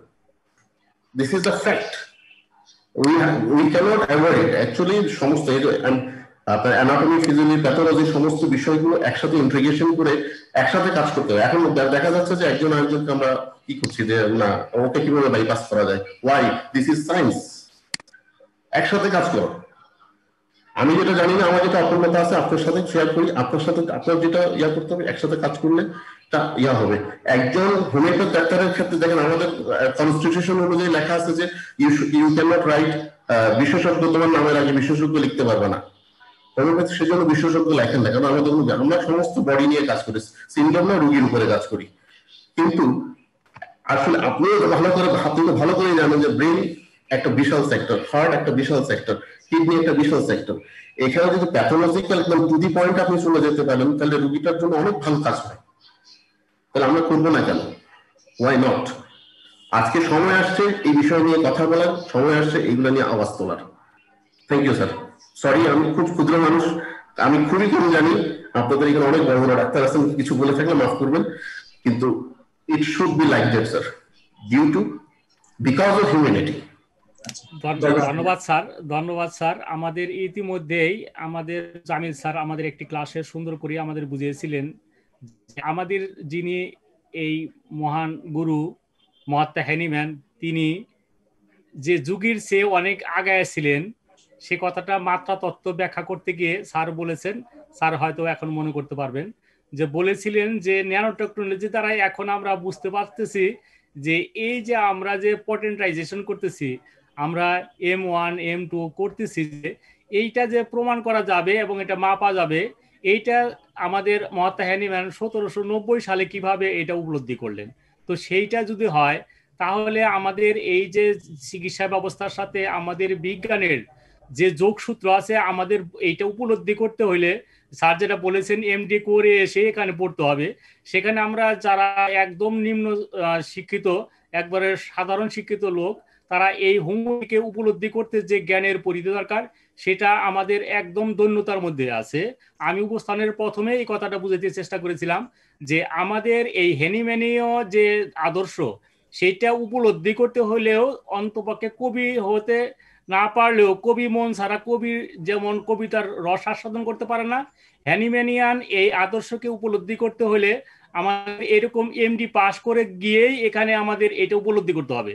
এই কথাটা নিয়ে যখন আমি কথা বলতে চেষ্টা করেছি, আমাদের যারা একদম নিকটজন, আমরা যে ফোরাম গঠন করেছি, ঠিক ফোরামেও আমাকে অনেকভাবে হেয় করা হয়েছে। আপনি হয়তোবা একটা গ্রুপের সাথে হয়তোবা আপনি হাত মিলিয়েছেন, যেটা আপনি ভুল করতেছেন। আমরা এই কথাটাই বলতে চাচ্ছিলাম যে একটা হ্যানিম্যানিয়ান আদর্শ ডাক্তার হতে গেলে তাকে ওই হ্যানিম্যানীয় যে আদর্শ বুঝার মতো জ্ঞান অর্জন করতে হলে আগে আমাকে ওইরকম যোগ্য হয়ে আসতে হবে। ঠিক এই কনসেপ্ট নিয়ে আজকের এই আলোচনাটা দিচ্ছি একটা বৈপ্লবিক। এই আলোচনাটা করা আমাদের দেশে এখন পর্যন্ত সম্ভব হয় নাই, যেটা আমরা প্রথম আজকে করলাম। আমরা আশা করতেছি আপনারা যারা বিজ্ঞজন ইন্ডিয়া থেকে জয়েন করেছেন, বাংলাদেশ থেকে বিভিন্ন পেশায় যারা অনেক বিজ্ঞজন আমি এখানে দেখতে পাচ্ছি যারা এখানে আছেন, তারা বিভিন্ন জায়গায় বিভিন্ন ক্ষেত্রে অনেক পেশাদারিত্বের সাথে নিজেদের অবস্থান অনেক শক্তিশালী হোমিওপ্যাথির সাথে আছেন। তারা যদি এগিয়ে আসেন, আমি একটু আগে বলেছিলাম যে যারা এখানে ইন্টিগ্রেট ডাক্তার, যারা সবগুলা সমন্বিত চিকিৎসা ব্যবস্থার সাথে পরিচিত, তারা যদি এগিয়ে এসে আমাদের হোমিওপ্যাথিকে হাত ধরে নিয়ে যান, তাহলে আমাদের সরকারকে যেমন বোঝানো সম্ভব হবে, মন্ত্রী পরিষদে বোঝানো সম্ভব হবে, সচিবালয়ে বোঝানো সম্ভব হবে, তাই না? সর্বক্ষেত্রে বাংলাদেশের যে কোনো জায়গাতে যদি ফোরামে বলা হয় যে হোমিওপ্যাথি চিকিৎসা দ্বারা আমরা ন্যাচারালি চিকিৎসা করে আমরা যে আজকের যে স্যার আলোচনা করেছেন, আলোচনার মধ্যে স্পষ্টতই স্যার বলে বোঝাতে চেষ্টা করেছেন ইনসুলিন দ্বারা যদি ডায়াবেটিস চিকিৎসা সম্ভব না হয়, আর ইনসুলিন দিয়ে সাময়িক কিছু দিন যদি একটা রোগীকে বাঁচায় রাখা যায়, তারপর কিছুদিন পরে তার অঙ্গহানি হবে এবং তার সার্জিক্যাল যন্ত্র দ্বারা তার কিছু কিছু অঙ্গ কেটে দিয়ে ফেলে দিয়ে আমরা তাকে বাঁচানোর চেষ্টা করবো, শেষ পর্যন্ত কবরে যাবে। আর স্যার যে এই কনসেপ্টটা নিয়ে কথা বলছিলেন, এই কনসেপ্টটা নিয়ে আমি নিজেও বলেছি স্যারকে যে স্যার আমি গত 1.5 মাস ধরে আমি আমার ডায়াবেটিস ছিল 15, সেখান থেকে আমাকে ইনসুলিন দেওয়া হয়েছিল বার্ডেন থেকে, সেখান থেকে আমাকে যে ওষুধ দিয়েছিল স্যারের সাথে আমার আলোচনা হয়েছিল এই বইটা প্রকাশের আগে। তখন স্যার বলেছিলেন যে এই যে অবস্থাটা, এই অবস্থাটাকে যদি নিজের মধ্যে ধারণ করতে পারেন তাহলে সম্ভব। আমি 1.5 মাসের মধ্যে কোনো ওষুধ খাইনি এবং আমি কোনো ওষুধ ছাড়া এখন বর্তমানে আমার সাধারণ আছে নয়। আমি বলেছিলাম আমরা এই জিনিসটাকে প্রকাশ করব, যেটা আমার নিজের মধ্যে প্রয়োগ করব। আমি ইতিমধ্যে অনেক ফোরামে বলেছি যে আমাদের হোমিওপ্যাথি ডাক্তার প্রত্যেকেই একজন পর্যবেক্ষক, প্রত্যেকেই গবেষক এবং প্রত্যেকেই নিজের মধ্যেই প্রয়োগ করে হোক আর কারো উপর প্রয়োগ করে হোক, আমাদের চিন্তা চেতনাকে প্রয়োগ করে সেখান থেকে আমাদের রেজাল্ট বের করে নিয়ে আসতে হবে। আমরা এই কনসেপ্ট নিয়ে কাজ করব ইনশাল্লাহ। আপনারা আমাদের সাথে থাকুন এবং আগামী দিনগুলোতে আমরা এই স্যারের এই কনসেপ্টগুলো নিয়ে এবং আমাদের নতুন নতুন কনসেপ্টগুলোর সাথে আমাদের নিজেদেরকে একদম অ্যাডজাস্ট করে, আমরা যেটাকে বলি এনভায়রনমেন্ট অ্যাবিলিটি, আমরা অভিযোজন ক্ষমতার মাধ্যমে আমরা এই হোমিওপ্যাথিকে আরো আগায় নিতে চাই। আপনাদের সকলের সহযোগিতা কামনা করছি। স্যার ইনশাল্লাহ আজকের আলোচনা শেষ করবেন তার নিজস্ব এই মতবাদগুলো ব্যাখ্যা করে। ধন্যবাদ। আমার একটা লাস্ট একটা কথা স্যার, এইখানে এই মুহূর্তে পার্টিসিপেন্ট আছেন 36 জন এবং জামিল স্যার সহ। আমি জামিল স্যারের প্রতি সম্পূর্ণ শ্রদ্ধা রেখে বলতেছি এবং ওনাকে লিডার মেনে বলতেছি, স্যার যদি এই 36 জনের মধ্যে এবং অথবা জামিল স্যার যদি কোনো ইন্টিগ্রেটেড হসপিটাল একসঙ্গে করতে চান, আমি আবার 6 শতক জায়গা দিয়ে দিব স্যার। এবং এখন যদি বলেন আমি এখন রাজি আছি। আমি প্রমিস করলাম এই 36 জনের সামনে জামিল স্যারকে লিডার মেনে আমি আবার 6 শতক জায়গা ইন্টিগ্রেটেড হসপিটালের জন্য দিয়ে দিলাম। আসেন কে করবেন হসপিটাল, আমার তোমরা সবাই মিলে করেন। স্যার আমরা সহমত স্যার, আমরা একসাথে আছি স্যার। ওয়েলকাম স্যার, আমরা একদম আপনার সাথে স্যার একদম রাজি আছি স্যার। ইন্টিগ্রেটেড হসপিটাল করেন স্যার, জামিল স্যারকে লিডার মেনে বললাম স্যার। জি ইনশাআল্লাহ। আমিনুল ইসলাম সাহেব আপনাকে অসংখ্য ধন্যবাদ, আপনার আন্তরিকতা এবং সামর্থ্য দুটি আছে। তো যাই হোক, এটা আমরা টুডে টুমোরো ইনশাআল্লাহ করব, বিকজ আমরা তো আসলে জীবন তো একটাই। আমরা তো এটা বলতে চাই 60-70-80 বছর যে যেরকম বাঁচি, তো জীবনে আসলে এমন কিছু করে যাওয়া যেন এই জীবনটা যখন যাবে তখন অন্তত চোখ বন্ধ করার আগে আফসোস না থাকে যে জীবনটা তো আসলে জাস্ট মানে কিছু না করে চলে যায়নি, চেষ্টা করছি, হোক বা না হোক সেটা তো জানি না কি হবে। তো ইনশাল্লাহ সবার মহৎ উদ্দেশ্য, মানুষ অবশ্যই ভালো, তো আমরা ভালো উদ্যোগ নিয়ে করতে হবে। তবে সবকিছুরই একটা বিষয় আছে, আবেগ এবং বেগ দুইটারই একটা সামঞ্জস্য আনতে হবে। অনেক সময় আমাদের আবেগ থাকে বেশি, মানে আমাদের ব্রেনের আগে হার্ট চলে যায়, আবার অনেকের আবার হার্ট অনেক পিছিয়ে থাকে, ব্রেন আগে যায়। তো যাই হোক, আমাদের ব্রেন এবং হার্টের অ্যাডজাস্টমেন্টটা করতে হবে। পরবর্তীতে আমরা সময় সুযোগ, পরিবেশ পরিস্থিতি, পলিটিক্যাল এনভায়রনমেন্ট, তারপরে আমাদের ক্যাপাবিলিটি, হ্যাঁ একই ধরনের সমমনার অবস্থা, তো সবকিছু বিবেচনা করে যখন একটা ফেভারেবল এনভায়রনমেন্ট হবে এবং ঐক্য থাকবে এবং মানে আসলে একা তো কোনো কিছু সম্ভব না, ধারণ করার মতো যে একটা টিম দরকার, হ্যাঁ সেটা ছোট পরিসর, তখন যখন হবে ইনশাল্লাহ আমরা সেটা অ্যাপ্রোচ করবো। তো আপনাদের যাদের ভালোবাসা আছে, যাদের সহযোগিতা আমরা ইনশাল্লাহ পাবো, তারা আমরা একসাথে কানেক্টেড থাকবো। আর আপনি ব্যক্তিগতভাবে আমার সাথে যোগাযোগ করতে পারেন, ফিউচারে এরকম প্ল্যান থাকলে ইনশাল্লাহ অবশ্যই আপনার সাথে নিয়ে আমরা আগাবো। তো এরকম অনেকেই আছে। তো আমরা আসলে মেইন কথা হচ্ছে যে এখানে যে ইয়াকুব সরকার সাহেব যেটা বলেছিলেন যে কিছু কিছু কনসেপ্ট উনি বিভিন্ন ফোরামে হয়তো রং ওনাকে ভুল বুঝতেছেন, তো আমি এই কথাটা বলছি যে হোমিওপ্যাথি একটা সাবজেক্ট যেটাকে এখনো সেকেন্ড মোস্ট কমন সাবজেক্ট হিসেবে ট্রিট করা হয়। তো এখানে আমরা ভাইটাল ফোর্স দিয়ে কাজ করি, বাট এখানে আপনি কিন্তু দেখবেন হোমিওপ্যাথ ডাক্তারদের মধ্যেও পরেও, হ্যান্ডিম্যানের পরেও অনেকগুলো ধারা ছিল। কেন্টিয়ান ধারা, একটা হচ্ছে বনিংহোসেন ধারা, একটা হচ্ছে বগারের ধারা। এই তিনটাই মেইনলি প্রিন্সিপাল, এই তিনটাই মেইনলি ধারা, হ্যাঁ বাকিগুলো এদের কারণে না কাউকে ফলো করেছে। তো কেন্টিয়ান ধারাটা কিন্তু কেউ একটা জায়গায় যে সবাই কিন্তু আবার এক ছিল, হ্যাঁ তাদের মধ্যে অনেক বিষয়ে মত পার্থক্য ছিল, আবার দিন শেষে একসাথে চাও খেয়েছে, হ্যাঁ বগার এবং কেন্টের মধ্যে এরকমও ছিল। তো বিষয়টা এরকম, মানে আসলে বিষয়টা থাকবে কেউ হয়তো একটু প্যাথোলজিটাকে একটু ফোকাস দেওয়ার কারণে আরেকজন বলছে যে না আমার কেন তো এরকম বলে না, কেন বলেছে আমার mental general physical general matching হলে প্যাথোলজিটাকে ইগনোর করতে। আবার বগার খুব ভালো প্র্যাকটিস করতেন, আমেরিকাতে ওনার বিশাল প্র্যাকটিস ছিল ওনার প্রত্যেকের। আমি যেটা বলি যে ফারুক ইলাহি স্যার একটা বই লিখেছেন, হ্যাঁ, উনি কনভার্টেড হোমিওপ্যাথ, এই বইটা সবার পড়া উচিত। এই বইটা পড়লে আমাদের নিজেদের পায়ের নিচের মাটি বা নিজেদের অস্তিত্ব বা নিজেরা আমরা যে হোমিওপ্যাথ আমাদের পূর্বসূরি কারা ছিল তাদের সম্পর্কে আমরা কিন্তু ভালো জানতে পারবো। কারণ আমরা যদি আমাদের পূর্ব ইতিহাস মানে সেই যে তার পূর্ব ইতিহাস জানে না যেই ব্যক্তি, সে কিন্তু মানে খড়কুটোর মতো ভেসে যায়। কিন্তু যে যা পূর্ব ইতিহাসটা ভালো জানে, যে প্যাথিক তার পূর্ব ইতিহাস কারা ছিল, তারা কি ধরনের প্ল্যাটফর্ম থেকে আসছে, তাদের কাজের ধরনটা কি ছিল, গভীরতা কি ছিল, যখন আমরা তাদের সম্পর্কে পড়বো, মনে করেন যখন কেন পড়বেন তখন কেন সম্পর্কে ভালো করে পড়ে নেবেন, বনিং হোসেন পড়বেন বনিং হোসেন সম্পর্কে পড়ে নেবেন, বগার পড়বেন বগারের পড়বেন, হেরিং পড়বেন হেরিং এর জীবনী পড়বেন। সবারটা পড়ার পরে তাদের কাজে হাত দিবেন, তখন কিন্তু একটা ভালো লাগা শ্রদ্ধাবোধ আপনি থাকবে।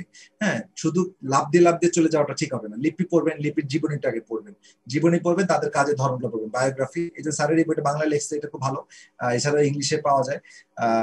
তো এটা পড়ার পরে তারপরে কাজে হাত দিলে এটা আমাদের বোঝা যাবে যে তাদের বিষয়গুলো। আর এখানে বিভিন্ন অ্যাপ্রোচ থাকতে পারে, তো অ্যাপ্রোচেরও আমরা ইন্টিগ্রেটেড অ্যাপ্রোচ আছে। আপনি নিচ থেকে উপরে উঠতে পারেন, উপর থেকে নিচে আসতে পারেন। আর আরেকটা জিনিস হচ্ছে স্পেয়ার অফ অ্যাকশন, যেটা অনেক সময় আমাদেরকে টোটাল জিনিসটা না বুঝলে কিন্তু আমরা অনেক সময় গোলমাল করবো। অনেক সময় যে জিনিসটা হচ্ছে যখন রোগীর মধ্যে আমি টোটালিটি অফ সিমটম পাবো, তখন টোটালিটি অফ সিমটমটাকে প্রায়োরিটি দিতে হবে। হ্যাঁ, কিন্তু প্যাথোলজি যখন খুব অ্যাডভান্স হয়ে যায়, হ্যাঁ, তখন কিন্তু দেখা যাবে টোটালিটি অফ সিমটম যে কথাগুলো ওগুলো কিন্তু অনেক সময় থাকে না। ঠিক আছে, তো তখন আমাদের ওই প্যাথোলজিটা মানে কি স্পেয়ার অফ অ্যাকশন, মানে একটা মেডিসিন কোন জায়গায় বেশি কাজ করছে, যেমন চেলিডোনিয়াম তার লিভারের উপরে তার স্পেয়ার অফ অ্যাকশন বারবার প্রমাণিত। ঠিক আছে, তারপরে আপনার বিভিন্ন মেডিসিন বিভিন্ন জায়গায় কাজে বারবার প্রমাণিত। তো সেইগুলোকেও মাথায় রাখতে হবে। আমাদের তো বইয়ের মধ্যেও আছে স্পেয়ার অফ অ্যাকশন নামে একটা কথা আছে, তাই না? আমরা বগারের যে সিনাপটিক কি আছে, এই যে বইটা আপনাদের সবার কাছে আছে, ছোট একটা বই। হ্যাঁ, এই বইটা দিস ইজ ভেরি ইম্পর্টেন্ট বুক। তো এই ছোট বই, এখানে আপনি দেখবেন প্রথমেই দেখবেন একটা মেডিসিনের প্রথমে রিজিয়ন আছে। তো রিজিয়নটা মানে কি স্পেয়ার অফ অ্যাকশন, প্রুভারদের উপরও এই মেডিসিনটা কাজ করেছে এবং ক্লিনিক্যাল প্রুভিং এর উপরেও এই মেডিসিনটা ওই রিজিয়ন গুলোতে কাজ করেছে। কোন মেডিসিন গ্ল্যান্ডের উপরে ভালো কাজ করে, কোন মেডিসিন আপনার জয়েন্ট টিস্যুর উপরে কাজ করে, যেমন ব্রায়ানিয়া মিউকাস মেমব্রেনের উপরে কাজ করে। সরি স্যার, আমি একটু ইন্টারাপ্ট করছি, বইটা আবার একটু দেখি, একটু আমি স্ক্রিনশট নিব। আচ্ছা আচ্ছা, এটা বগারের বই, রাইট? এটা হচ্ছে বগারের সিনাপটিক কি। থ্যাংক ইউ, থ্যাংক ইউ, হয়ে গেছে। জি, তো এখন মানে এগুলো আসলে মানে আমাদেরকে দুই পাশে ইন্টিগ্রেটেড, কোনোটা করা মানে কিন্তু কাউকে মানে অপছন্দ করা বা কাউকে ইগনোর করা না। হ্যাঁ, আমার সবার আগে টোটালিটি আনতে হবে। টোটালিটি কথাটা অনেক ব্যাপক, টোটালিটিটা আমি যেখান থেকে পারি। হ্যাঁ, তো এই বিষয়টা খুব গুরুত্বপূর্ণ। তো এটা আমি এটাই আমাদের চর্চাটা করতে হবে, করলে আমাদের মধ্যে দূরত্বগুলো চলে যাবে আশা করি। আর এটি আর কি আমার মেসেজ ছিল। আর আপনারা বইটা সংগ্রহ করে আমরা ডিকশনারি, ওই যে ক্লার্কের ডিকশনারি, এই বইটাতে সুন্দর কি দেয়া আছে স্যার। জি হ্যাঁ, তো আমাদের পায়োনিয়ার যারা ছিলেন, স্টলওয়ার্ড ছিলেন, তাদের বইগুলো আমাদের বেশি বেশি পড়তে হবে। আমাদের সবারই জানতে হবে, মানে স্পেশালি আমার নিজেকেও জানতে হবে, আপনাদেরও যারা ভালো জানেন তারা শেয়ার করবেন সবার সাথে। এভাবে আমরা সামনে এগিয়ে যাব। আর বিভিন্ন ফোরাম বা বিভিন্ন বিষয়ে আলোচনা হবে। আলোচনায় আমি ইনশাআল্লাহ দেখি সময় সুযোগ পেলে আমি একটা ক্যালকিউলেটর কার্ভ নিয়ে একটু আলোচনা করেছিলাম, এরপর বিভিন্ন মেডিসিন নিয়ে আলোচনা করব সময় সুযোগ পেলে। আপনাদের আলোচনাগুলো মাঝে মাঝে শুনি। তো বইগুলোতে আসলে আমাদের অনেকগুলো ভালো ভালো বই আছে, এই বইগুলো আমাদের পড়তে হবে, আত্মস্থ করতে হবে আর কি। তো সেটাই আর কি বলছি। আর ডায়াবেটিস নিয়ে কথা শেষ করি, সেটা হচ্ছে ডায়াবেটিসটা একটা রিভার্সিবল কন্ডিশন, টাইপ 2 ডায়াবেটিস। তো এই ক্ষেত্রে আপনার বয়স এবং আপনার কতদিনের ডায়াবেটিস এবং সাথে কোমরবিড কি কি ডিজিজ আছে সেগুলোকে বিবেচনায় নিয়ে আপনার কয়দিন সময় লাগবে সেটা বলা যাবে। ইউজুয়ালি আমরা যদি পেশেন্টের বডি স্ট্রাকচার বা অন্যান্য বিষয় ভালো থাকে তাহলে 6 মাস থেকে 1 বছরের মধ্যে মোটামুটি তার মানে ডায়াবেটিসটা কিওর হয়ে যায়। কিওর বলবো যখন আপনি পরবর্তীতে কার্বোহাইড্রেট জাতীয় খাবার খেলেও আপনার গ্লুকোজ বাড়বে না, সেই অবস্থাটাকে বলবো আমি কিওর। তার আগ পর্যন্ত বলবো কন্ট্রোল উইথ ডায়েট। ঠিক আছে, তো কন্ট্রোল উইথ ডায়েট আপনার অনেক অল্প সময়ের মধ্যে চলে আসে।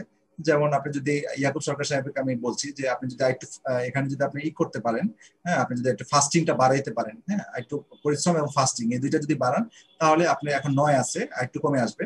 তবে এখানে আরেকটা মেসেজ দিতে হবে, আমাদের যে গাইডলাইন আমরা দিয়ে রাখছি এখানে অনেকগুলো বিষয় আছে, কিন্তু ওইটাতে অনেকগুলো বিষয় আছে। এখানে কিন্তু খুব দুনিয়াটা কিন্তু সহজ না। আমি অফ দ্য রেকর্ড কথাগুলো বললে ভালো হতো, যে তবু অন দ্য রেকর্ডই হচ্ছে।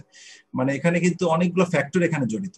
হ্যাঁ, আমরা যত ইমোশনাল হয়ে যাই, এখানে কিন্তু অনেকগুলো ফ্যাক্টর এই বিষয়ে আছে। এখানে ফুড ইন্ডাস্ট্রির একটা ভূমিকা আছে, এখানে ফার্মাসিউটিক্যালস কোম্পানির একটা ভূমিকা আছে, এখানে যারা গাইডলাইন প্রণেতা তাদেরও জেনে হোক না বুঝে হোক একটা ভূমিকা আছে।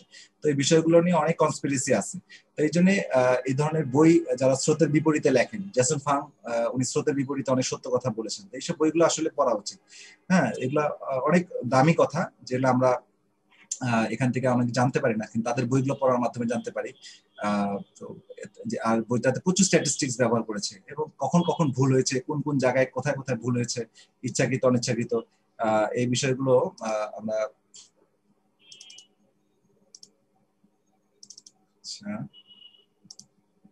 তো যাই হোক আমরা ভিডিও দিয়ে দিছে। হ্যাঁ, উনি মেবি, আমি তো বের হয়ে যাচ্ছি। ভিডিও দিয়ে ফুল ভিডিও দিছে ভাই, ভিডিও বন্ধ করেন। আচ্ছা, তো যাই হোক আমরা আলোচনাটা এখানে শেষ করি। পরবর্তীতে ইনশাল্লাহ অন্য কোনো আলোচনা নিয়ে আবার হাজির হব। তো সবাই যারা উপস্থিত ছিলেন, কষ্ট করে আলোচনা শুনেছেন, তো তাদেরকে আবারও প্রীতীয় শুভেচ্ছা জানিয়ে আজকের আলোচনা এখানে শেষ করছি। শুভরাত্রি এবং আল্লাহ হাফেজ।